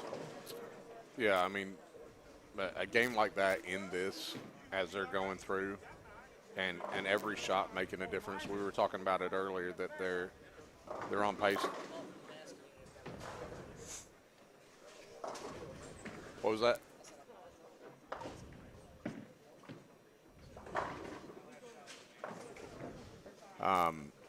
Yeah, we were talking in the office earlier about the pace. So we're probably pacing about, what did you say, about 40 minutes a game right now, give or take? Game 4, we've been live. Well, we started right at 10 o'clock, right? So it's an hour and a half. You make me do math? Yeah. Oh, I'll just go with 40. Yeah. Well, you said that this is your last stream. I've got to get you to work a little bit more on the math. Yeah, and, you know, it's been an enjoyable 7.5+ years, and being here for I think 5 years out of that run has been pretty cool, and to be able to watch the tournament grow and the work you've done with it since year one. You know, we had like 100 entries year one, and I remember telling you, you know, we talked about what streaming do for you, and I think I remember the conversation. I said, well, first year it's an investment, but you'll see a 20% bump year two, and that's kind of exactly what happened. Yeah, and it's to continue to grow from there. So it's been cool to see the, you know, how it's changed from, you know, Collins, East Line Lanes, which was a fun place, a lot of history there. You know, I did not just a Brattle there, but the last event in that center, actually, the collegiate event. Yeah. So that was pretty cool to be part of that, and now watch it move to Louisville, and, you know, and now into this center. I told you Friday when I first got here, this center is set up for tournament bowling. It is. Better than I've seen. I mean, between South Point and here. Right. Literally, the way it's set up, huge parking lot, hotels, literally 5 hotels within walking distance. Yep. And I'm talking less than a 5-minute walk, you know, which is South Point. It's 20 minutes just to get your hotel room into the same building. So everything's close. So the airport, it's like a 3-minute Uber. So you could fly in for a couple $100. You don't have to get a car. Yeah. Stay across at the Crown Plaza. You know, they got great deals. I heard some guys got $59 over there today, this weekend. And it's a nice place. And it's literally right across the road. Yep. So, you know, I mean, bowlers looking at investment. You can get here cheap, right? You can fly in and just, you know, a $10 Uber, and you're here and bowl, and it's a great setup. And, and you get, you know, you talked about tournaments. You got the Derby coming up. Yep. You got the ladies back for the PWBA this year. Is that June? Is scheduled it is. Or tentative? It is. Okay. It's actually a couple of days before Bowl Expo. So Bowl Expo leads up. It's actually in Louisville this year. So the ladies will be here for the Louisville local. Right? Hopefully they have it. But knock on wood. We hope we have all of it. But the PWBA will be here from the 16th through the 20th, and they're running a regional, I believe, on the 20th. Okay. Then Bowl Expo's from the 20th through the 23rd. You know, just a lot of upcoming events. And then the Reed Hawthorne is it's now pushed out to July, right? Mid-July, something like that? Yeah, it's pushed back. That's a big event, TMBA event. It is. Harvey and his crew do a great job with that. I mean, anyone that has not participated in it before or worked with Harvey, they should definitely give it a shot. He runs a great show. I actually think I might come back and bowl that. You should. About it. They got a senior side putt or senior event. So I've heard you were getting a little bit older. I did. Yeah, I'm done. I'm not getting any more older. I'm done. Wasn't it just 50? 50. 50. 50, the big number. That's a bigger, rounder number than my 40. That is, you know, I was thinking about the other day. You know, is we all age, and it's just inevitable. You know, when we're younger, hey, we want to hit 21. 21's cool, right? You can go to a bar. It wasn't that big a deal, right? Because, you know, I mean, honestly, most people were drinking before that anyway, right? Right. But then you'd hit 30, and remember, you know, see people now that hit 30. Oh man, I'm getting old. Yeah, whatever. And same thing with 40. Well, now you got some kids. Usually, most people. Yeah, you're getting older, but dude, 50. I just want the senior discounts. Right? I'm not shy, but it's definitely an interesting number. You know, you can bowl different events, but yeah, give me those discounts. Yeah, heck, I've got 2 kids myself, and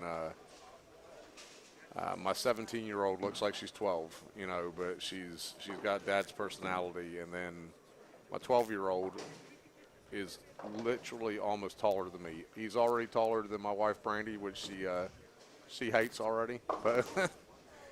Personally, I have enjoyment out of how he jokes with her all the time about being taller than her at the age of 12. So that's just keep rubbing it in, kid, because she'll get you back. Yeah. She knows where you sleep. And they're both avid bowlers themselves as well. You know, Sasha's out there; she's a junior this year, and you're looking to go to college for bowling, and I joke with my son Cyrus on a regular basis that he's got it easy out there. He's almost 5'8", 200 pounds, and a two-handed lefty. You can't get it much better than what he's got it for bowling. Yep. How about that 225 for Jody Westner? We only saw 2 games better than that in game 3. That's going to jump her up 7-8 spots. She's got some work to do, but she's going to have a chance. And in there as well, you know, which was really impressive. Jody put together a good game there, but Steve just struck out Novak and salvaged a 114 and put it into the 170s. So back 4 for 174. Yeah. That's a big finish there. Yeah, he'll probably drop out of the top 8 shortly. Right, But he'll still be close to stay in there. Yeah, that's what I was going to say. You know, shots like that, everyone's looking for the bigger games right now, and they're going to make big jumps. But salvaging something at this point, instead of shooting 150 or 140 and still posting 170. Kim Balloway is going to shoot 223.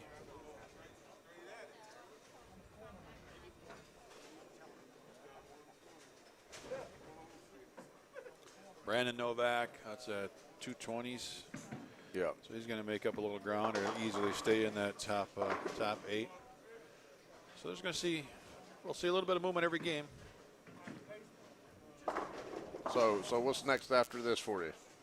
Nothing. Going home. Super Bowl. Right? Super Bowl. Yeah. Watch Brady win his 7th. I don't know how I can pick against it. It's hard. Yeah. As a Raiders fan, I never pull for Brady to really win anything. And then it's equally hard to want or see anyone beat him, especially when it's Kansas City being a divisional opponent. But that man always finds a way to win somehow. Well, we were talking before you come in. He's a leader, right? Yes. Yeah. Makes people around him better, and that's his job. And he's pretty darn good at it. Yeah. Yeah, he's definitely done that. No, but honesty and answer your question, back home and back to work on Tuesday. I started a job working for a construction firm out of Houston doing sales and marketing, and I'm going to focus on that. And we're moving to Houston. Was planned before I took that job, so we've got a house to fix up, a house to sell, a house to buy in the next 4 months. Yeah. Make the move, a new job. Not much. Not much at all. And transition out of streaming and, just another day in the life. Yeah, yeah, constantly changing and moving, For me, it's like there's not a lot of time to slow down either. You know that from this life, this business, this industry, so. And we do have a little gap before the next groups get here. So, yeah, I mean, last year was a challenge, and to see Bowling Center still active and still viable and still open is huge. Oh, yeah. Because I don't know the number. I mean, we'll see more numbers. But I know of at least 24 centers that have closed for good over the last 11 months. And, that's not good for any industry to see that type of loss. And not to mention even pro shops. And, we're talking all of our friends, right? People that we've met over the years all over the country. They no longer have their centers or pro shops or jobs. And that's tough. No, it is. It's devastating in any business, like you said, and a lot of people in this industry are pretty close-knit. They may not talk all the time or socialize, but it's almost like a extended family, for lack of a better term. Yep, absolutely. So I mean, I still communicate through Facebook or texting or phone calls with my friends in California and Michigan, all over the country, right. On a daily basis. So yeah, it's tough to see people struggle and bowling is taking a pretty hard hit during the pandemic. Like a lot of small restaurants, a lot of a lot of the mom and pop restaurants or businesses are really taking the biggest hit because they haven't been able to open. Yeah. And, I think it really hit home for me when I took a trip to Michigan this summer and we took a drive up into northern Michigan area. It's a bunch of small towns, really small towns, but every little small town would have this festival right during the summer. Mm-hmm. You got the Mushroom Fest, the Blueberry Fest, and that's what kept that weekend would keep those towns viable for the entire year. They didn't have any of those. Yeah. Right. So how many small towns, in Ohio and even Kentucky, you got a lot of small towns. Same thing. And they missed that big weekend or two where they have, whether it's an antique fest or whatever. That's a ton of revenue for those small towns. Oh yeah, a ton. And they don't have that. I mean, we live in a small town here ourselves, so I can definitely see that perspective. I mean, and like you said, it's a good comparison for bowling in general. It's always like a small, tight-knit community in each different facility that you go to. So, all these different rules and restrictions that we've all dealt with, and as much as I acknowledge the struggles that everyone's going through with the pandemic itself and how it's personally affecting people, the businesses are equally affected. It's having a hard toll on all of them. Yeah. So, the quicker that we can all bounce back as a nation in general, you know, for the well-being of the individuals and the well-being for the businesses is the better. So wake up on a daily basis striving for normalcy. And hopefully we'll get there sooner whatever rather that than whatever later. that means. Yeah, Right. Whatever that means. Yeah. Yeah, I'm not a political person, so I never go down that road. But you know, I still wonder. You know, all these people now getting their vaccines is. We don't know if that's even going to help, right? I mean, we hope it does. Yeah. We want it to. We want to say it's going to help, but we don't know. Yeah, we don't. I mean, it's the hope. You know, I've been taught by a lot of smart people that you typically don't engage in a lot of conversations about politics or religion. Nope. You know, so I try to steer away from that unless I'm cutting my friend Justin back there some crap about his political beliefs compared to mine. So it's always good to have your friendly conversations like that. But And it's good to joke about a little bit. Oh, yeah. And make sure you have somebody that's not going to take you serious. But yeah, in today's climate, you make one comment, some people take it the wrong way. yeah, and like whoa. yeah, and like you said about the vaccine stuff, you can only wish that it's going to work. You know, you've got it seems like, heck, now on a weekly or bi-weekly basis, there's another company coming out with one. So hopefully one of these sticks and it does what everyone's wishing that it does. But you're right, we don't know. We can only hope. So, like I said, the hope is that they work and we get back to what we all probably took for granted before. Well, and even kind of expanding on that, you look at the work that has to be done. So you're part of 8 centers, correct? 14. 14. Yeah. So how much time and effort and work and money has that group spent to get up to the new standards to keep the centers open? Yeah. Right. There's a significant amount. I mean, you're spending more labor to keep everything clean and sanitized. New equipment, new chemicals, new, Yep. So new chemicals means you got new MSDS sheets, new training. Yep. I mean, it's not just, hey, let's go buy some stuff down at the store and spray the counter. There's No, way I mean, more to it than that. No. Yeah, it's a logistical nightmare for that. And I think what makes it different, especially for Strike and Spare, is that we're in 4 different states. You know, so centers in Tennessee to centers in Kentucky to a center in Indiana to one in Cincinnati, Yeah, different Ohio. rules. So Yeah. different rules and regulations, and when you can open and close, and you know, it's constantly trying to play the hand you're dealt on a daily basis. So, you know, again, hopefully, you know, the restrictions continue to reduce as we find out more about what we're doing and how we're navigating. We continue to work as a bowling family to make events like this and other events happen. You know, we work with what these health departments are giving us to make sure that we're able to continue doing them, and then hopefully bit by bit they either continue to reduce or they ultimately go away as these things become successful. Yeah, and I mean we could talk about this all day, but it's a learning experience. As I think you mentioned too, talking to the health departments and making them understand. Okay, what does a bowling center do different than than a high school or you know, any other, you know, a restaurant? It is different. It's a much bigger building. You know, you can spread things out, and you know. Yep. Yeah, we're a little bit close here, but I haven't heard anybody complain all weekend long. Everybody's comfortable. No. It's not awkward like it was early on. You know? Like when you used to walk through a grocery store 6 months ago, and you know, you'd walk towards somebody and they'd walk away. It's like, get away from me. Oh yeah. You know. Yeah. So I mean, the stress and all that stuff it's a lot different, but it's good to see bowling back alive and well, and the Bradley continuing to be a strong, viable event. Strength of field again this year is pretty darn stout. Yeah, it's definitely been impressive. You know, we're always constantly trying to think of you know, ways to challenge these guys and bring more and more people out to it. Actually, a new idea that we've been working on, but we're going to try and implement for this season, again, depending on what the calendar gives us and what the restrictions give. And it's been really an idea of my wife's. Brandy does a lot of creative things for the event and anything that we're doing for bowling programs that we run. So we're looking to hopefully introduce a junior Bradley Open. Oh, yeah. That'd be cool. Yeah. There's there's a lot of opportunity for us to give some scholarship money back to these kids. You know, and there's a lot of them that want to challenge themselves on the pattern. So to put something out for the kids to bowl on, to potentially bowl on what the everyone in the field is bowling on now,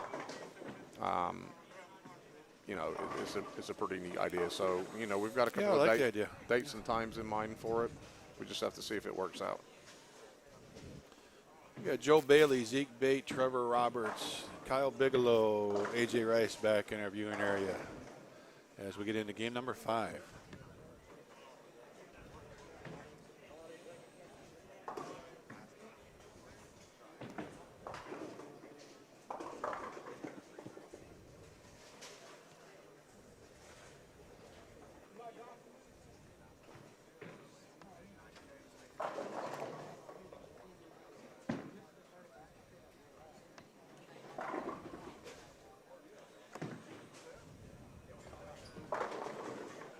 Looks like everyone's on about the same pace. Yeah, we had a little gap there for a minute, but we're back into it now. And oh, 10's not going to come forward. He tried. A lot of these guys out here have definitely taken advantage of a lot of Ron Hicklin and CTD's products. Seen a lot of their sanding pads out all weekend for their true cuts. Yeah, surface is the word of the weekend always here at the Bradley. Yeah, Chad Roberts had a good idea. He was talking to me about the towels. Don't give him too much credit. He was talking to me about the towels. Really, we typically hand out a towel all the time, and he said, you know what, you should hand out a sanding pad instead.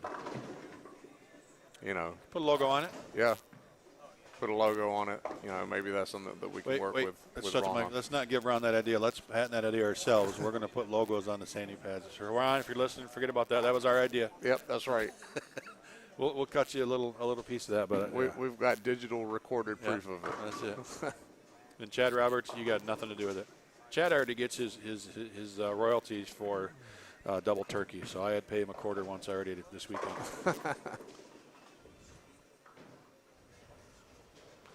Solid head pin for Kyle Bigelow. Yeah. We've seen this a couple times. That's interesting. I mentioned before on some of these tougher events. That is not as easy a spare as you think, right? No, I mean, it's you not. have to throw straight at it because he Yeah. didn't miss by much on a strike ball, but that ball missed, by half a lane down lane. And now you need to make an adjustment. I mean, I've seen this happen a lot where people will miss this left after missing it by a foot right. So hopefully Kyle just goes hard and straight at it. But it's, you think it's right there. It's head pin. I got it. And you got to focus on every shot. We've seen that a lot this weekend. Some spares that people would normally associate with being really easy. It almost takes, like you said, more concentration to make sure that you're just picking them up. Because a little dip either way and giving it a bit of a push, and the ball's gone before you know it, and you're flagging a single pin makeable. I think the common one we've seen is the 9-pin, missed the 9-pin right, and the ball still stays on lane, right? It just skates right past it. It just speeds up and misses by just a little bit. Right. And you're thinking 9-pin should be pretty easy. Just, kind of just throw your strike ball, right? Just let it fade back in there, and it just keeps on fading. Yeah.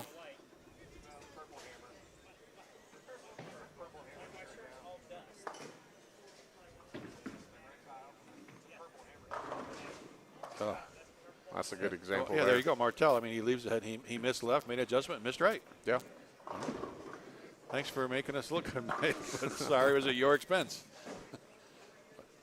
And, he's leading the tournament and just did that. So, yeah. Again, that's what you need. You need T-shirts that said, I got Bradley. That's a good one. Or patches, yeah. Yeah, when it happens, we can just chuck a patch on there. Here you go. Right. Again, Ron Hicklin, that's our idea, not yours. No taking it.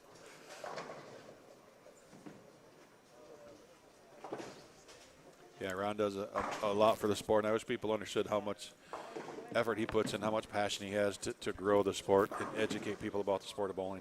Yeah. I mean, you're not going to find anybody with more passion than that guy. he's out there on the grind all the time. Yep. You know, it's not just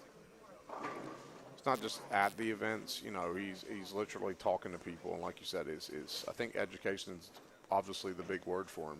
You know, it's trying to get people to understand bowling better and learn more, and by learning more, they're obviously going to improve as players themselves. So, yeah, he's out there all the time and trying to think of something different to help improve not only necessarily the bowler's side of things with the equipment, it's the overall bowling experience for the facility. So, yeah.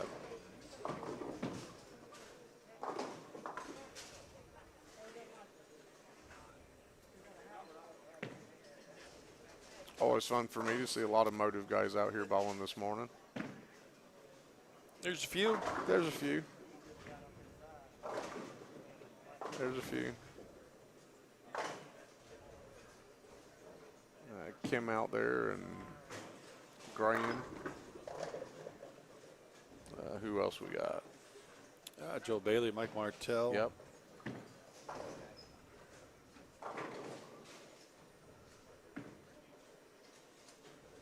Heck, all motive final last year.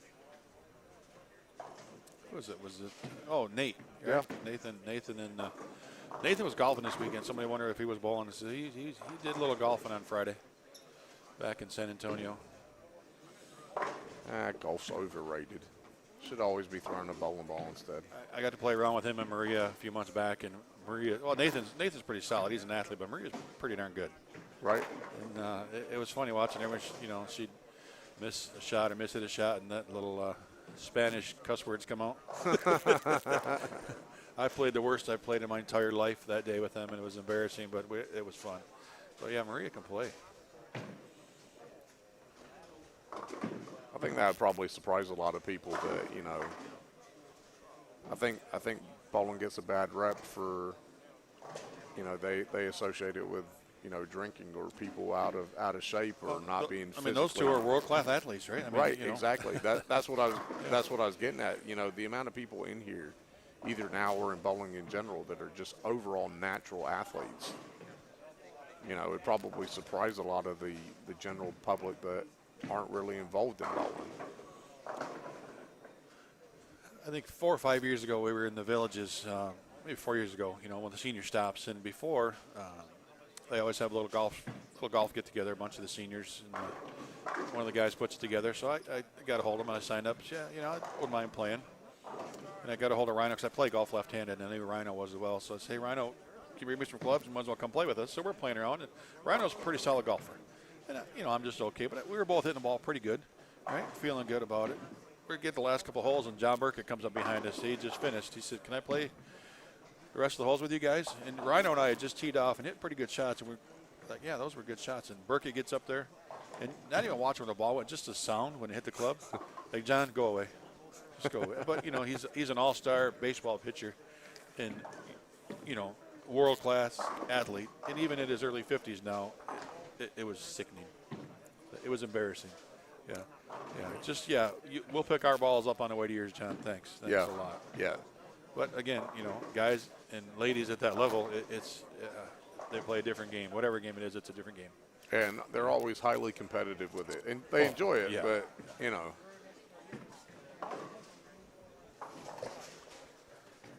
Yeah, players like that don't like to lose at anything. No. You know, one of the joys I've got to become friends with Marshall Holman, you know, a guy I grew up watching on TV, and we've done a lot of shows together on Extra Frame, and he does not like losing anything. We have not played Words with Friends in almost 2 years because I beat him too much and he got mad. True story. I can tell you the message I got at 3 o'clock in the morning. I was in Nashville in Smyrna. At 3 o'clock in the morning, I get a text from him, so I'm not freaking playing with you anymore. But, you know, yeah, that's the competitive nature. And we talked about that yesterday. You know, what in bowling, what makes, you know, good players, right? I mean, Martell's a solid player. Kyle's a good. You've got a lot of solid players, physical abilities. But to get to that next level, it's a whole different ballgame. It's the mental side, and it's I'm not going to lose. You're not going to beat me. Right. You know, you can walk up to Pete Weber And that's what set him apart from a lot of players through the years. You could walk up to him today. I mean, he's not in the greatest shape. His hip's bad. I think he might be 60 this year. They're pretty close. If you walk up to Pete right now and say, Pete, I got $100, says you cannot dunk a basketball over Shaquille O'Neal, he'll figure out a way to do it. That's just the way he's made. Yep. Don't tell me I can't do something, because I will do it. Right. I mean, it was funny a couple years ago at the World Series when Pete's hip was really hurting him. In Reno, you got that big aisle. Yeah. So the players are walking up the middle as we get into match play, and they're introducing them so they get to walk up. And Pete's coming up, and Wes Malott comes behind him, and Pete was limping really bad. And Wes, to help him, was just kind of grab Pete and carry him. And Pete's like, "No, I got this. Leave, basically don't touch me. You can't tell him he can't do something." And again, that's why the guys at the Hall of Fame level are that good. Yeah. Because they refuse to lose. And there's local players and even guys on tour that you think, how have they never won something? Well, they just don't have that I'm going to kick your ass attitude. Right. Yeah, that's all there is to it. I'm not going to say it's not a hunger. I think everyone has a hunger to win. It's more like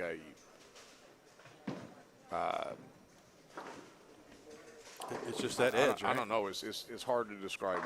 It is an edge. It's a drive. It's a unwavering desire to just be the last person standing. And it's tough. It's really hard to teach. Really, you've got to have it a little bit, and you got to know how to harness it the right way. Like I said, I've got 2 kids that actively bowl, and they're both competitive. And my daughter's one of the most competitive people I know, and that's saying something for me, being an ultra competitive person myself. And when she gets it down pat, she's like one of those bowlers we're describing. Other times she's still learning to harness it. So I think that's like that with everybody. It doesn't matter if you're 17 or 60. One way or another, you're going to figure it out. And if you do, you're going to be ultra competitive. I don't see it as a bad thing. I mean, some people get misunderstood. Pete, I think, has been misunderstood a lot. Right. Super nice guy, but when he's bowling, leave him alone. Sean Rash, same thing. Right. The stuff Sean does for the game outside the lanes is phenomenal. But when he's bowling, let him do his job. Right. Right? I mean, I'm not going to walk into your office and heckle you as you're sitting behind the desk, doing. Right. It's not going to do it. So, unfortunately, athletes, get a tough rap sometimes. But, hey, they're doing their job. Let them do it. And when it's all over, And one of the best examples, I've told the story multiple times, I think it was the first year at the Bradley down in Eastland. Mike Machuga, right? And Yep. Mike's had his ups and downs and bad rap here and there, but he was bowling the Bradley. Practice had already started. He was running a little bit late. He comes in, he's getting ready to change, and a young kid walks up to him with a shoe to sign for his autograph, right? I mean, practice is going.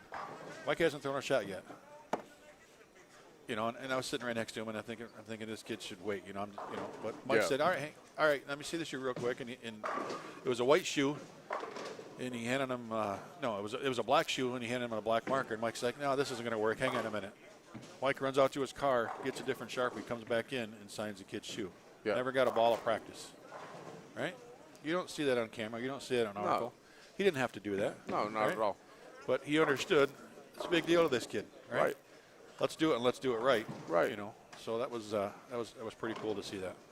Yeah, and I agree with you. I think a lot of these guys and ladies get a bad rap because they're, intense on the lanes, and anyone that's gone out there and been competitive, you're almost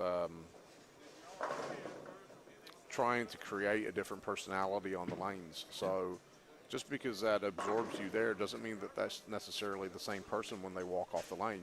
You're almost having to implement or design that personality for yourself out there.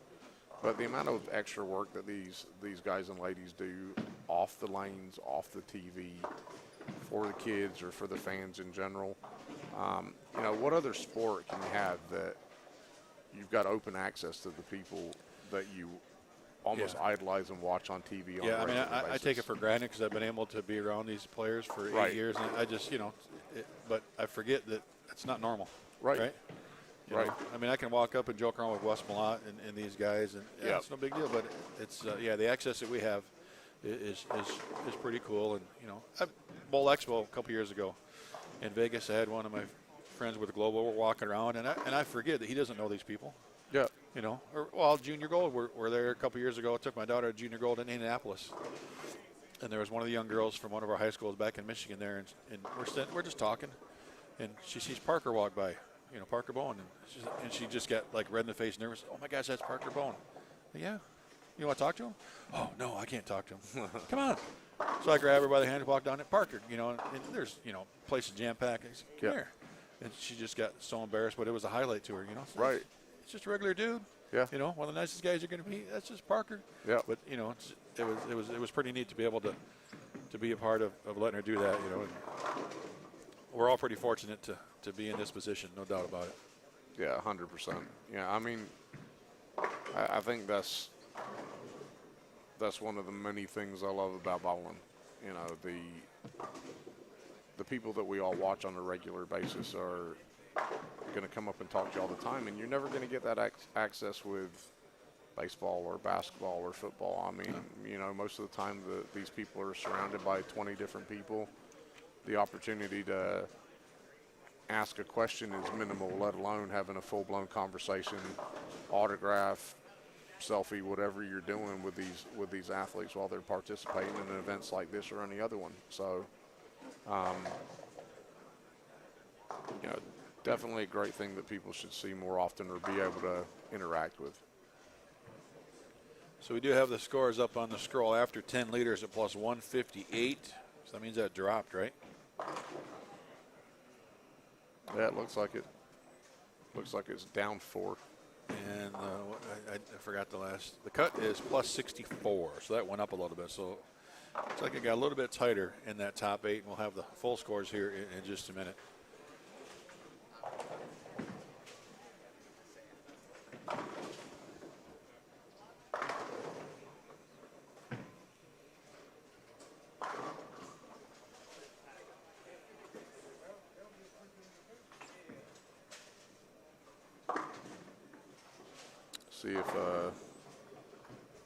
See if Martell's still our leader after the last game. Well, Balabi, we see him shoot 220 something. I think so. Yeah. Yeah. So I think he was 220, 229. And what was the lead? 158. Mm-hmm. Maybe he had 223. So that would put him. Yeah, he's the leader. Balabi. Then he's a leader now. I think Martell shot 170 something. Trevor Roberts was in third going into that game. We've got him right here on lane 37. He's yet to strike here this game. I think this last game is going to slow down quite a bit when they get there. Yeah, there's always score watching, but it's going to, coming in the last game, there's going to be a lot more score watching. Oh, yeah. What do I need to do? Where am I? Do I have a chance? Anthony's putting up another monster game over there. 196 in the 8th right now. And that's with an open. Yeah, I wonder, does he know how good he is? I don't think so. He's still a kid, right? I was going to say, the kid's unbelievable. Unbelievable. Ooh, Trevor Roberts, 5-7 falls late, but they fall, so important shot.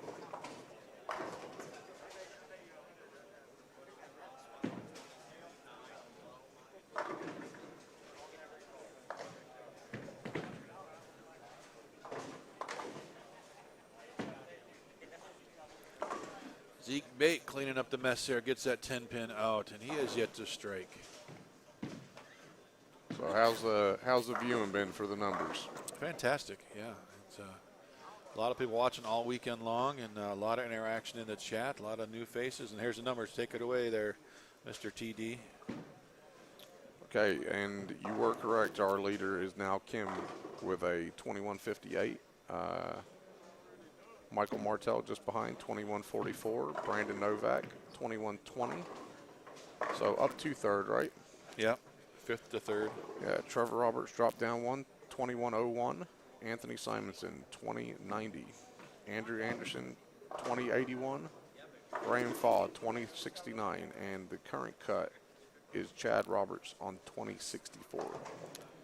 Oh, so Pilon and Novak went out. Fa and Chad Roberts jumped in. Yeah, and Coming to game 5. we have 2 bowlers in 9th and 10th tied on 2040. So they're 24 pins out for Jerry Mars and Dan Higgins. How far did Jody jump that game? She was in 34th and had that 220 something. Jody is 28th. So 6 spots. Yep. So if the names that I didn't hear in there, AJ Rice, Yeah, Tommy Jones, Sean Rash, are they within contention? Do they have a sniff? So, I mean, within you 40 know, or 50, legitimately? so if we're going 60 pins out right now, it's down to Daniel Farish. And Daniel Farish is on 20.01. So if we're working our way back, 9th place is Jerry Mars, 2040. The same with Dan Higgins. AJ Rice on 2036. Steve Novak on 2032. Zeke Bate on 2018. Kurt Pilon on 2015. And Daniel Farish on 2001. So got about 63 pins off the cut to 15th place.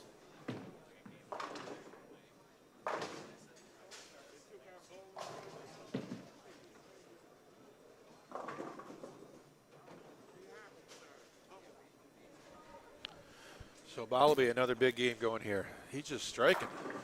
Yeah, he's got to look right now. And again, so he's at 129 and the 6th, striking the 7th and 8th. Yeah, go sheet for 249 here. Anthony can strike out for 246 over here to the right. Jerry Mars is putting another good game together over on 34. And he is just outside the cut right now. Yeah, by 24 pins in 9th, and no, leaves just a 7. Right.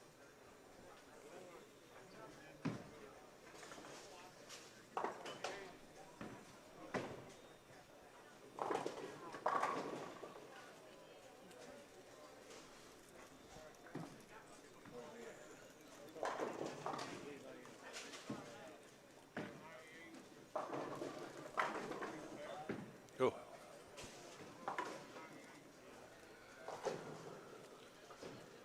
Well, Craig, I am going to hop off here for a little bit. All right. Double check on a couple things, and then Get back I to work. will, get back to work. I need to stay awake. All right, we'll see you back here for the finals, I'm sure. Good Yes. work again this year, and get the money ready, get the checks and trophies ready, and let's get these finals and crown a champion. Heck yeah. Appreciate it.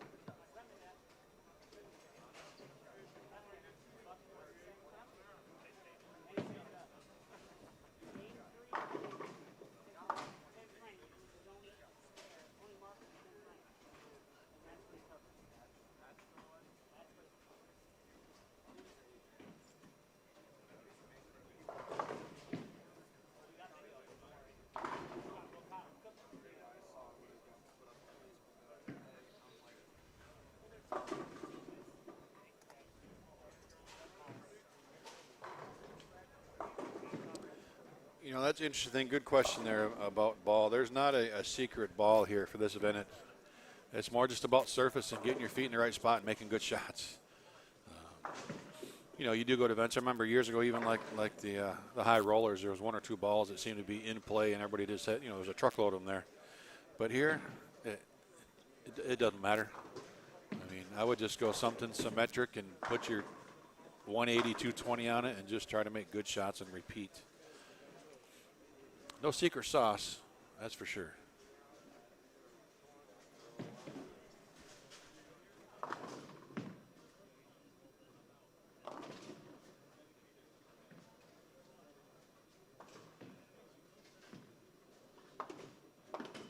So final couple frames here, game 5. Hopefully get those scores real quick and find out who our top 8 is going to be. Again, right now it's Balabi, Martell, Brandon Novak, Trevor Roberts, Simo Anderson, Fa, and Chad Roberts, with Jerry Mars just a few pins back, and Jerry putting up a pretty good game here. He's going to be in the 220s with a more strike. So game 6 coming up next right here live on Bull Stream TV.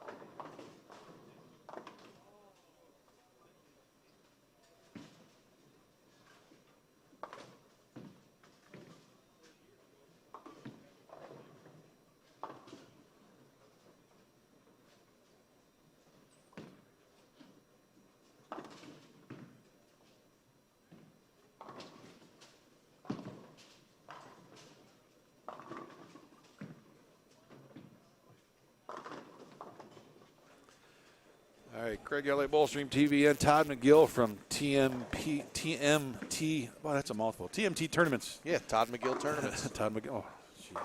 I think I realized that, but you know, Yeah, it's okay. they want to state the obvious. Yeah. They want to John Madden you and just state the obvious. When he catches the ball in the end zone, it's a touchdown. If he's not in the end zone, it's not a touchdown. Who's going to win the game? Whoever scores more points. He's always funny to listen to. Overstate the obvious. Oh, 10-pin. Nope, not happening. So we know our leader is going to be Kim Ballaby after 11. Yeah, he just had 227 that game. Game 11, right? Yeah. Martell's not going to gain ground. But the question we got to find out, and I did hear Steve Novak shot 230s. He'll probably jump back in the top 8. I mean, somebody's got to come out, and we're into the 6th and final game, which is actually game 12, because scores carried over from yesterday on who's going to make it. So one thing you can tell is we can kind of watch the players and their reactions if they're close or not, without even looking at the scores. Yeah. You'll get an idea of who's got a sniff. I think Jerry Mars probably jumped in. So that's 2 players that might have jumped in. So that means 2 players got to come out. Zeke Bates shot 170, and that's going to make it tough for him to make that run. He was creeping his way up there. Pelon a little bit on the outside looking in. Farish, Michael Holloman. We have Michael here now. Jan 35-6. He is, yes. Yeah. Can you sneak his sheet and see what he had last game? Yeah. Holloman, see if he's close. Michael was 1998, so he was 66 back going into game 5. And he shot 202, so probably didn't make up much ground. You know, Ronnie Sparks is on this pair. Ronnie. He was quite a bit back. 222. He's going to make up a little bit. +8 overall. Yeah. There's Dan Higgins. Higgins at +73. So, yeah, he had last game. Oh, yeah. So we might have had 3 guys jump in. Yeah. Interesting. We'll find out shortly when the scores come out. So what you're trying to say is a lot of things can happen in this game. A lot of things. Tom Hess, he's been trying to climb back in it, but he had a rough start. So he's not, I don't believe he's going to be able to make that big jump. Well, unless he shoots 300. We've had 1 300 in the tournament this week. You never know. Well, Tom is not going to shoot 300 because he's right here with Sean Rash. As Tom starts strike, open strike. 300s don't happen very often on this tournament. Unless you're Wes Malott, where Well, he had 3 in 24 hours. Yeah.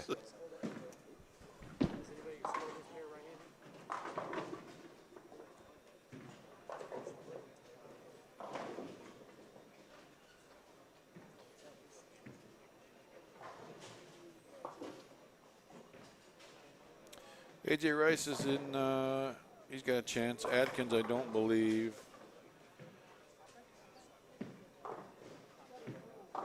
We'll have an opportunity to jump up in there.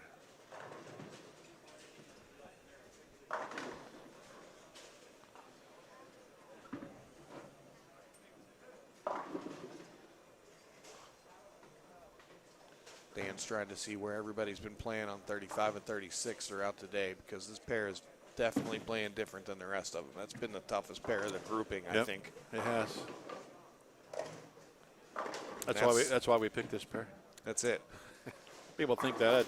I walked in Thursday, Jason's like, all right, we're going to set up. So, well, I need to be within 100 foot of the router, so how about right here? Yeah, that was the science behind picking the pairs. But it just works out that it's usually a tough pair. Well, and I've heard that going and watching at different PBA events or whatever. And they're bowling on whatever tough pattern, but then you'll get in the TV pair and you'll have a couple 300s popped off or whatever. And they're like, oh, they just got the easy shot in front of the TV cameras so for people who are watching at home. That's what it is. Not so much. A lot of guys from Michigan. Well, you saw Ronnie Sparks, Kurt Pelon still in the field, Steve Novak. Yeah, a lot of Michigan bowlers made the trip down and have won this in the past.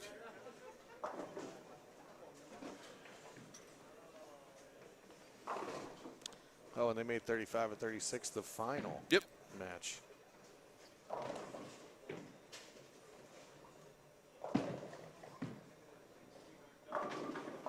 Again, not by design.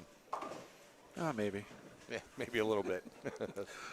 Oh, just for movement of cameras, that's why we did that. So it's going to stay fresh. So, yeah, we're going to go 33, 4, 7, 8 for the first 2 rounds, and then 35 and 6 for the finals.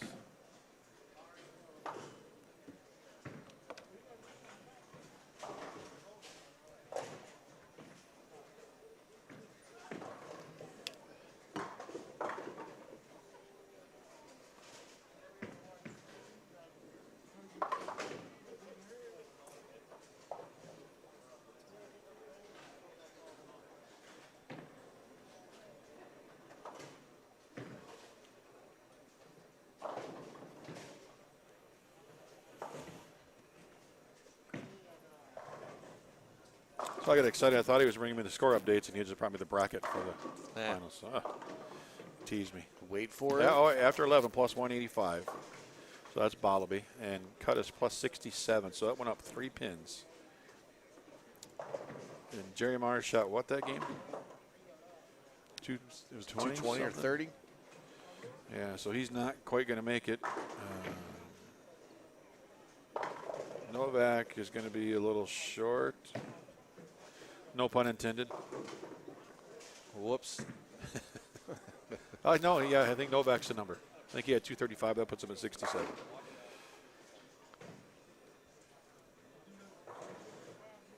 Well, we'll find out shortly. I'm not in charge of scores and cuts. That's what we pay Jason the big bucks for. That's his deal. So when he tells us who the top 8 are, we'll believe him. Won't be Tom Hess, unfortunately. Made a good run. Tom's had some pretty good, solid games this week. Made a lot of moves. He realizes how hard this is. Well, he had a hard trip here. I saw on one of his social media posts on the way here. He got behind. It started snowing. He got behind a huge pile up getting here. Raced the snow. It's good to see that he made it here safely. I remember doing that years ago. We were when the USBCs was in Corpus Christi. We were staying at friends in Houston, so we were making we're young kids making the drive back on Highway 10 going across. And so I'd spent some time in Texas. I understood how bad some of the storms were, but we're literally being chased by a big thunderstorm. I mean, look out the back window of the car, and it's like behind us. Like, just keep going. Don't stop. Yeah. So, yeah, that's, snowstorms are a little tougher, but, yeah, it's pretty weird when you're running from a storm. Dan Higgins, wide right. He's in the number probably, so. Think about that. If he's able to sneak into the top 8 here, he struck out in the 9th and 10th frame right here in his last game yesterday afternoon to get into last night, and he got in by 1. Right.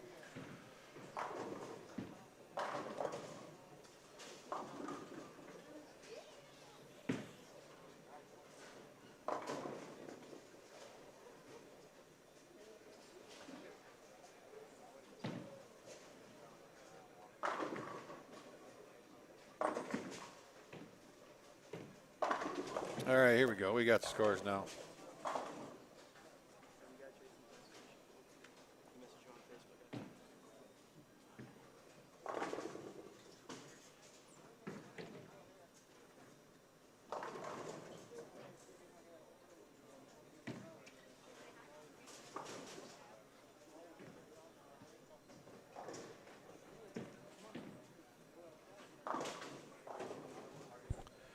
Ken Balabi, Mike Martell, Anthony Simonson,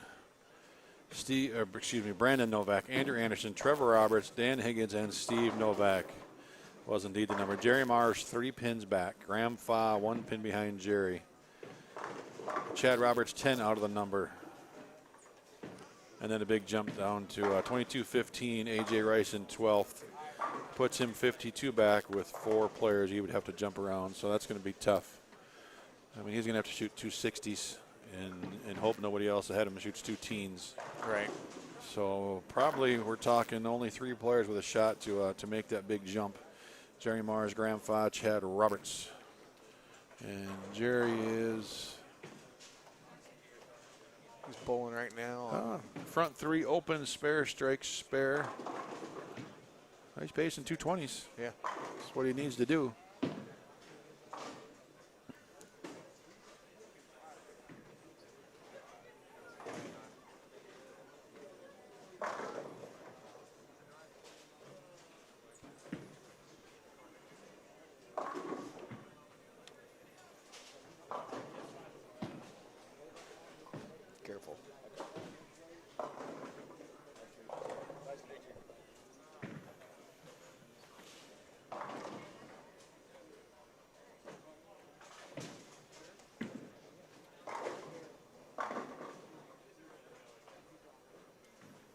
So I would almost have to say that Andrew Anderson, top 5 are pretty well solid. The other 3, we got 6 players looking for 3 spots. Yeah, 6 through 10 are all kind of within 26 pins. Yep. Yeah.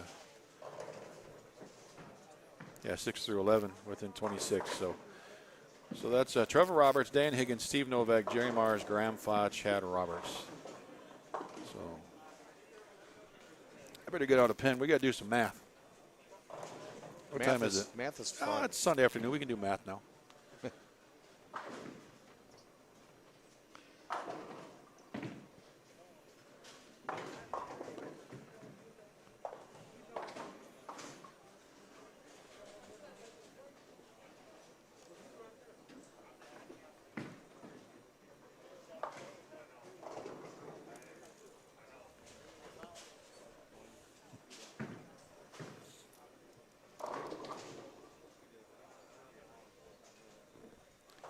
My special bowling math pin here. All right, you gotta tell me, Todd, as the players get done, I'll have to get their numbers and write them down here. Of course, we want to see the top players, but we're looking for Trevor Roberts, Dan Higgins, Steve Novak, Jerry Mars, Graham Fa, Chad Roberts. Graham Fa's over on 32. Well, he can go 236. You sure can. Wow.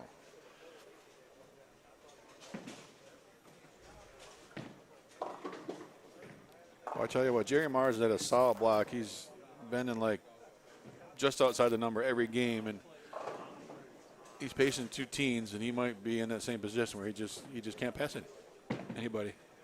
That'd be rough. It looks like Steven Novak is he's just over. He's 1 double and he's clean game, so he's 2-0 right now. Steven Novak.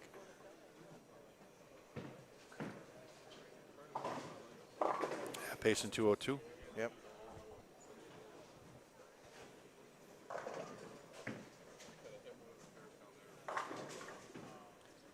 Who else are we looking for? We got Chad Roberts. He's right here in front of us. okay. He has got. Now we see bowler B. Finally got a double.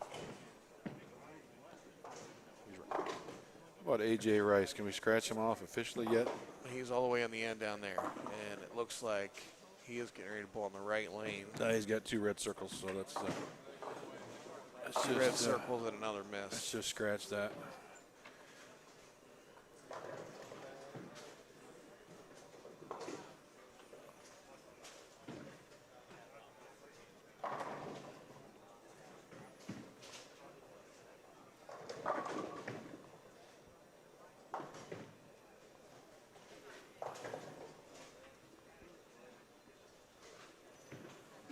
All right, Jerry Mars struck in the 9th. He can still shoot 225. Oh, damn.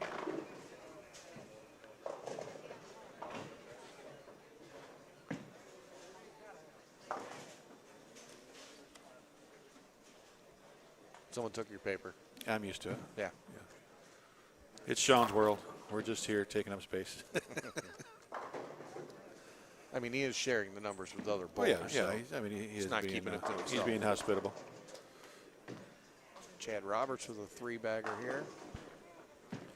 Yeah, 240 max over if he gets them all, so he really can't miss again.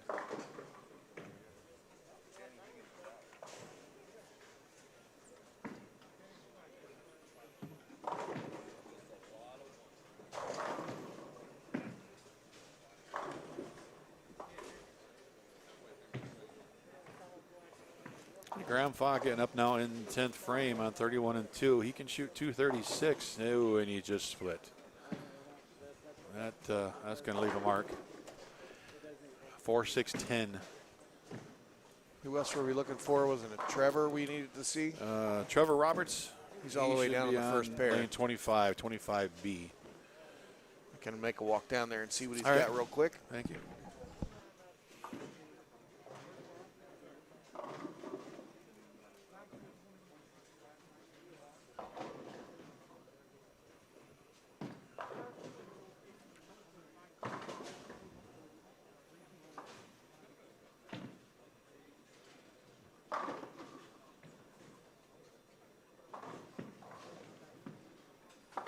So Graham got 1. That's 204.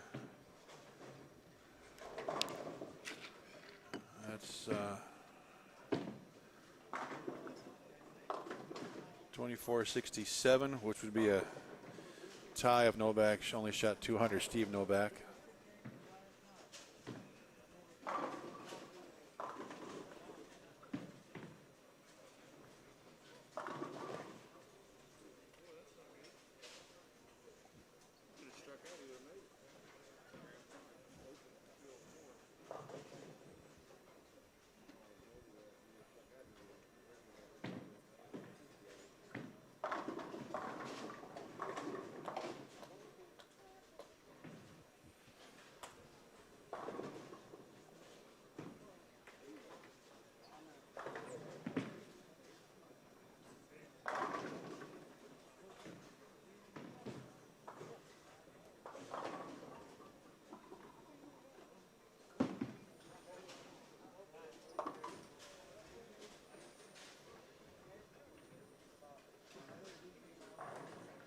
It's like 220 for Andrew Anderson.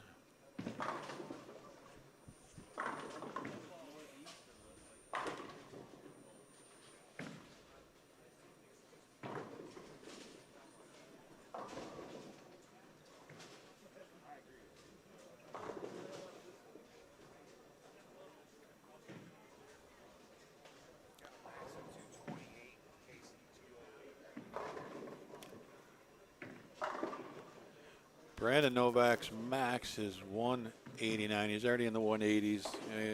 He's still okay.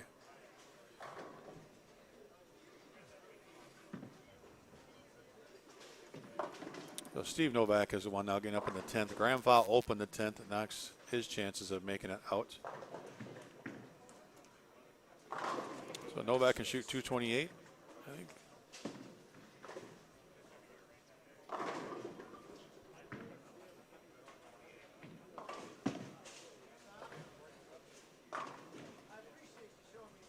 Jerry Marks can still go 225.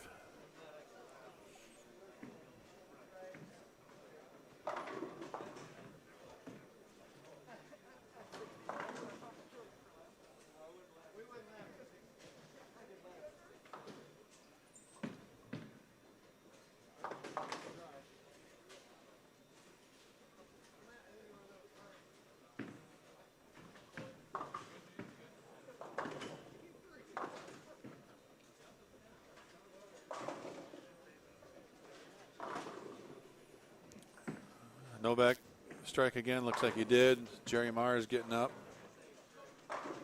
And he struck again, too.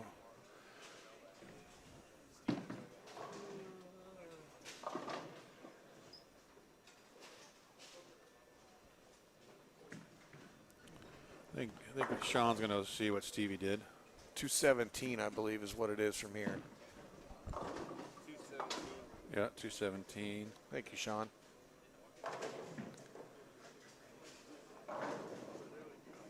Jerry Mars. 2484. Jerry Mars got his second one in the 10th. Be huge. Jerry could go around him. He could go 225. Yeah.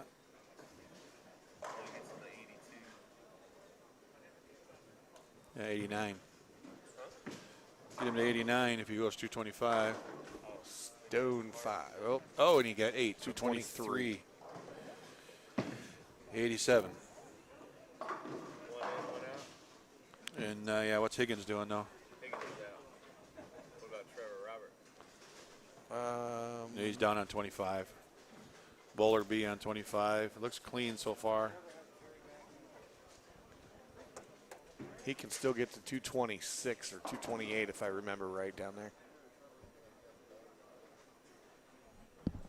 He can still get to 220. It's clean.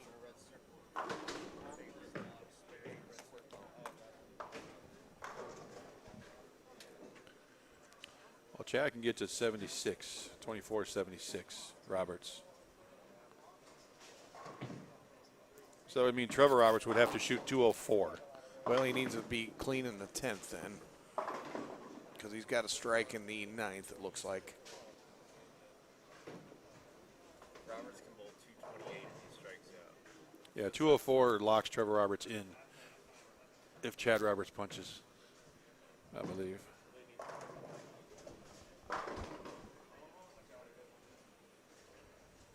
Battle of the Roberts. Yeah, there's too many of them.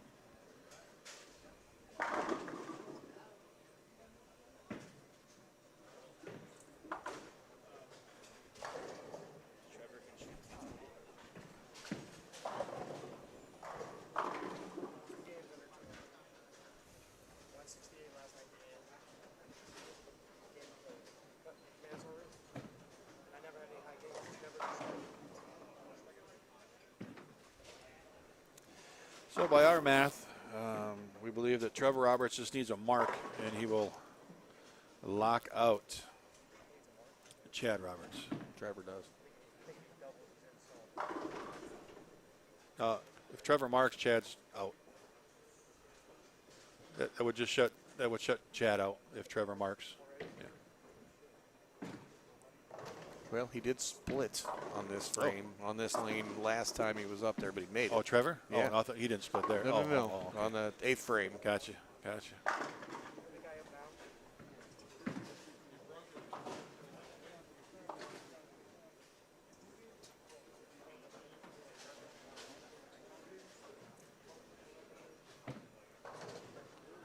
Is that another split? I don't know. No, 7-pin. Phew. All right.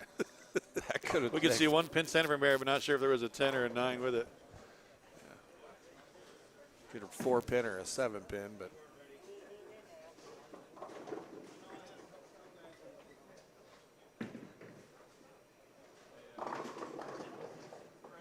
Yeah, Chad Roberts could max at 22.76.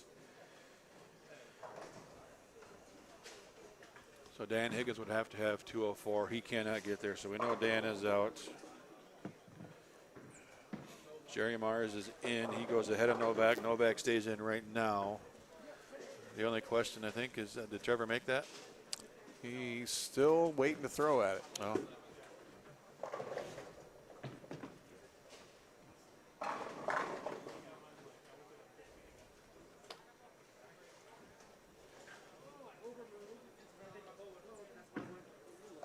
Well, he made it. So I think we're confident he must have shot at least 204 then. Well, a strike on his fill ball is going to give him 208. So, so he avoid disaster here on the fill ball. Yeah. Not a gimme. So he needs 7. Yep. That's if Chad Roberts. And I don't like that rack for Chad. You see that? Yes. Look at that 8-pin. Yeah. I mean, I'm going to go to Pensacola. It is a kick over to the left, isn't it? Yep. First, I didn't think there was a 5-pin there. Yeah. And it doesn't matter. Nope. So that's it. Not 100% sure on the order. It looks like we got Balabi, Martell, Simonson, Brandon Novak, Andrew Anderson, Trevor Roberts, Steve Novak, and Jerry Mars in our top 8. We will wait for that official announcement. But in the meantime, keep an eye out on the Facebook page. Thank you, Patrick Gale. The Bourbon Fund donation. I like it. Hopefully the laws, they're open today, right? Are they? On Sundays? I think so. We're in Kentucky. You're Kentucky. You better be. Yeah. Yeah. All right. We're in Louisville. We're not in the dry area. Louisville. I can't pronounce the locals. They I don't know. It's weird. You can tell the locals by the way they say it. Louisville, right? Or something. That's a tough one. But that's what we got unofficially. So we're going to break the stream for a little bit. We're going to re-oil a dozen pairs.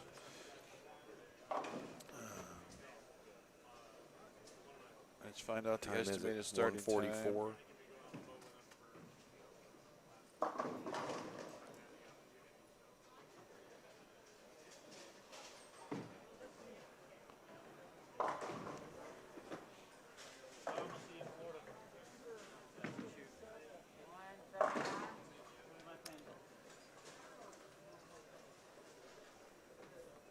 So that's what we, our best guess is that's what we've got. Some other players just finishing up to make everything official. But again, quick reminder, we're guessing it's Balabi, Martell, Simo, Brandon Novak, Andrew Anderson, Trevor Roberts, Steve Novak, and Jerry Mars unofficially. Right. Unless we missed something somewhere, unless, you know, Brandon Novak shot enough to get in. Unless Simo, Martell, or Balabi shot 100, which I don't think they did. And we're waiting for the update on what time the finals is going to start. I just sent a message to Jason. But they're going to reroll a dozen lanes. That takes half hour. Scores. I mean, my best guess is 2:30. Yeah, 2:30. But just we'll set the link and keep an eye on it. I'll update it as we can.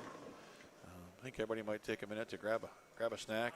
Yeah, as soon as bowlers need to eat and refresh. So as soon as you set the link, I will share it over onto our Facebook groups for people to see as well. That'll give the link will give you a countdown as to when the expected start time is, so everybody can be ready. Because we want to see over 1,000 viewers for this round of 8 finals, right? Yes, we do. I don't see any reason why we won't. So, 8-person bracket coming up next. Bye for now.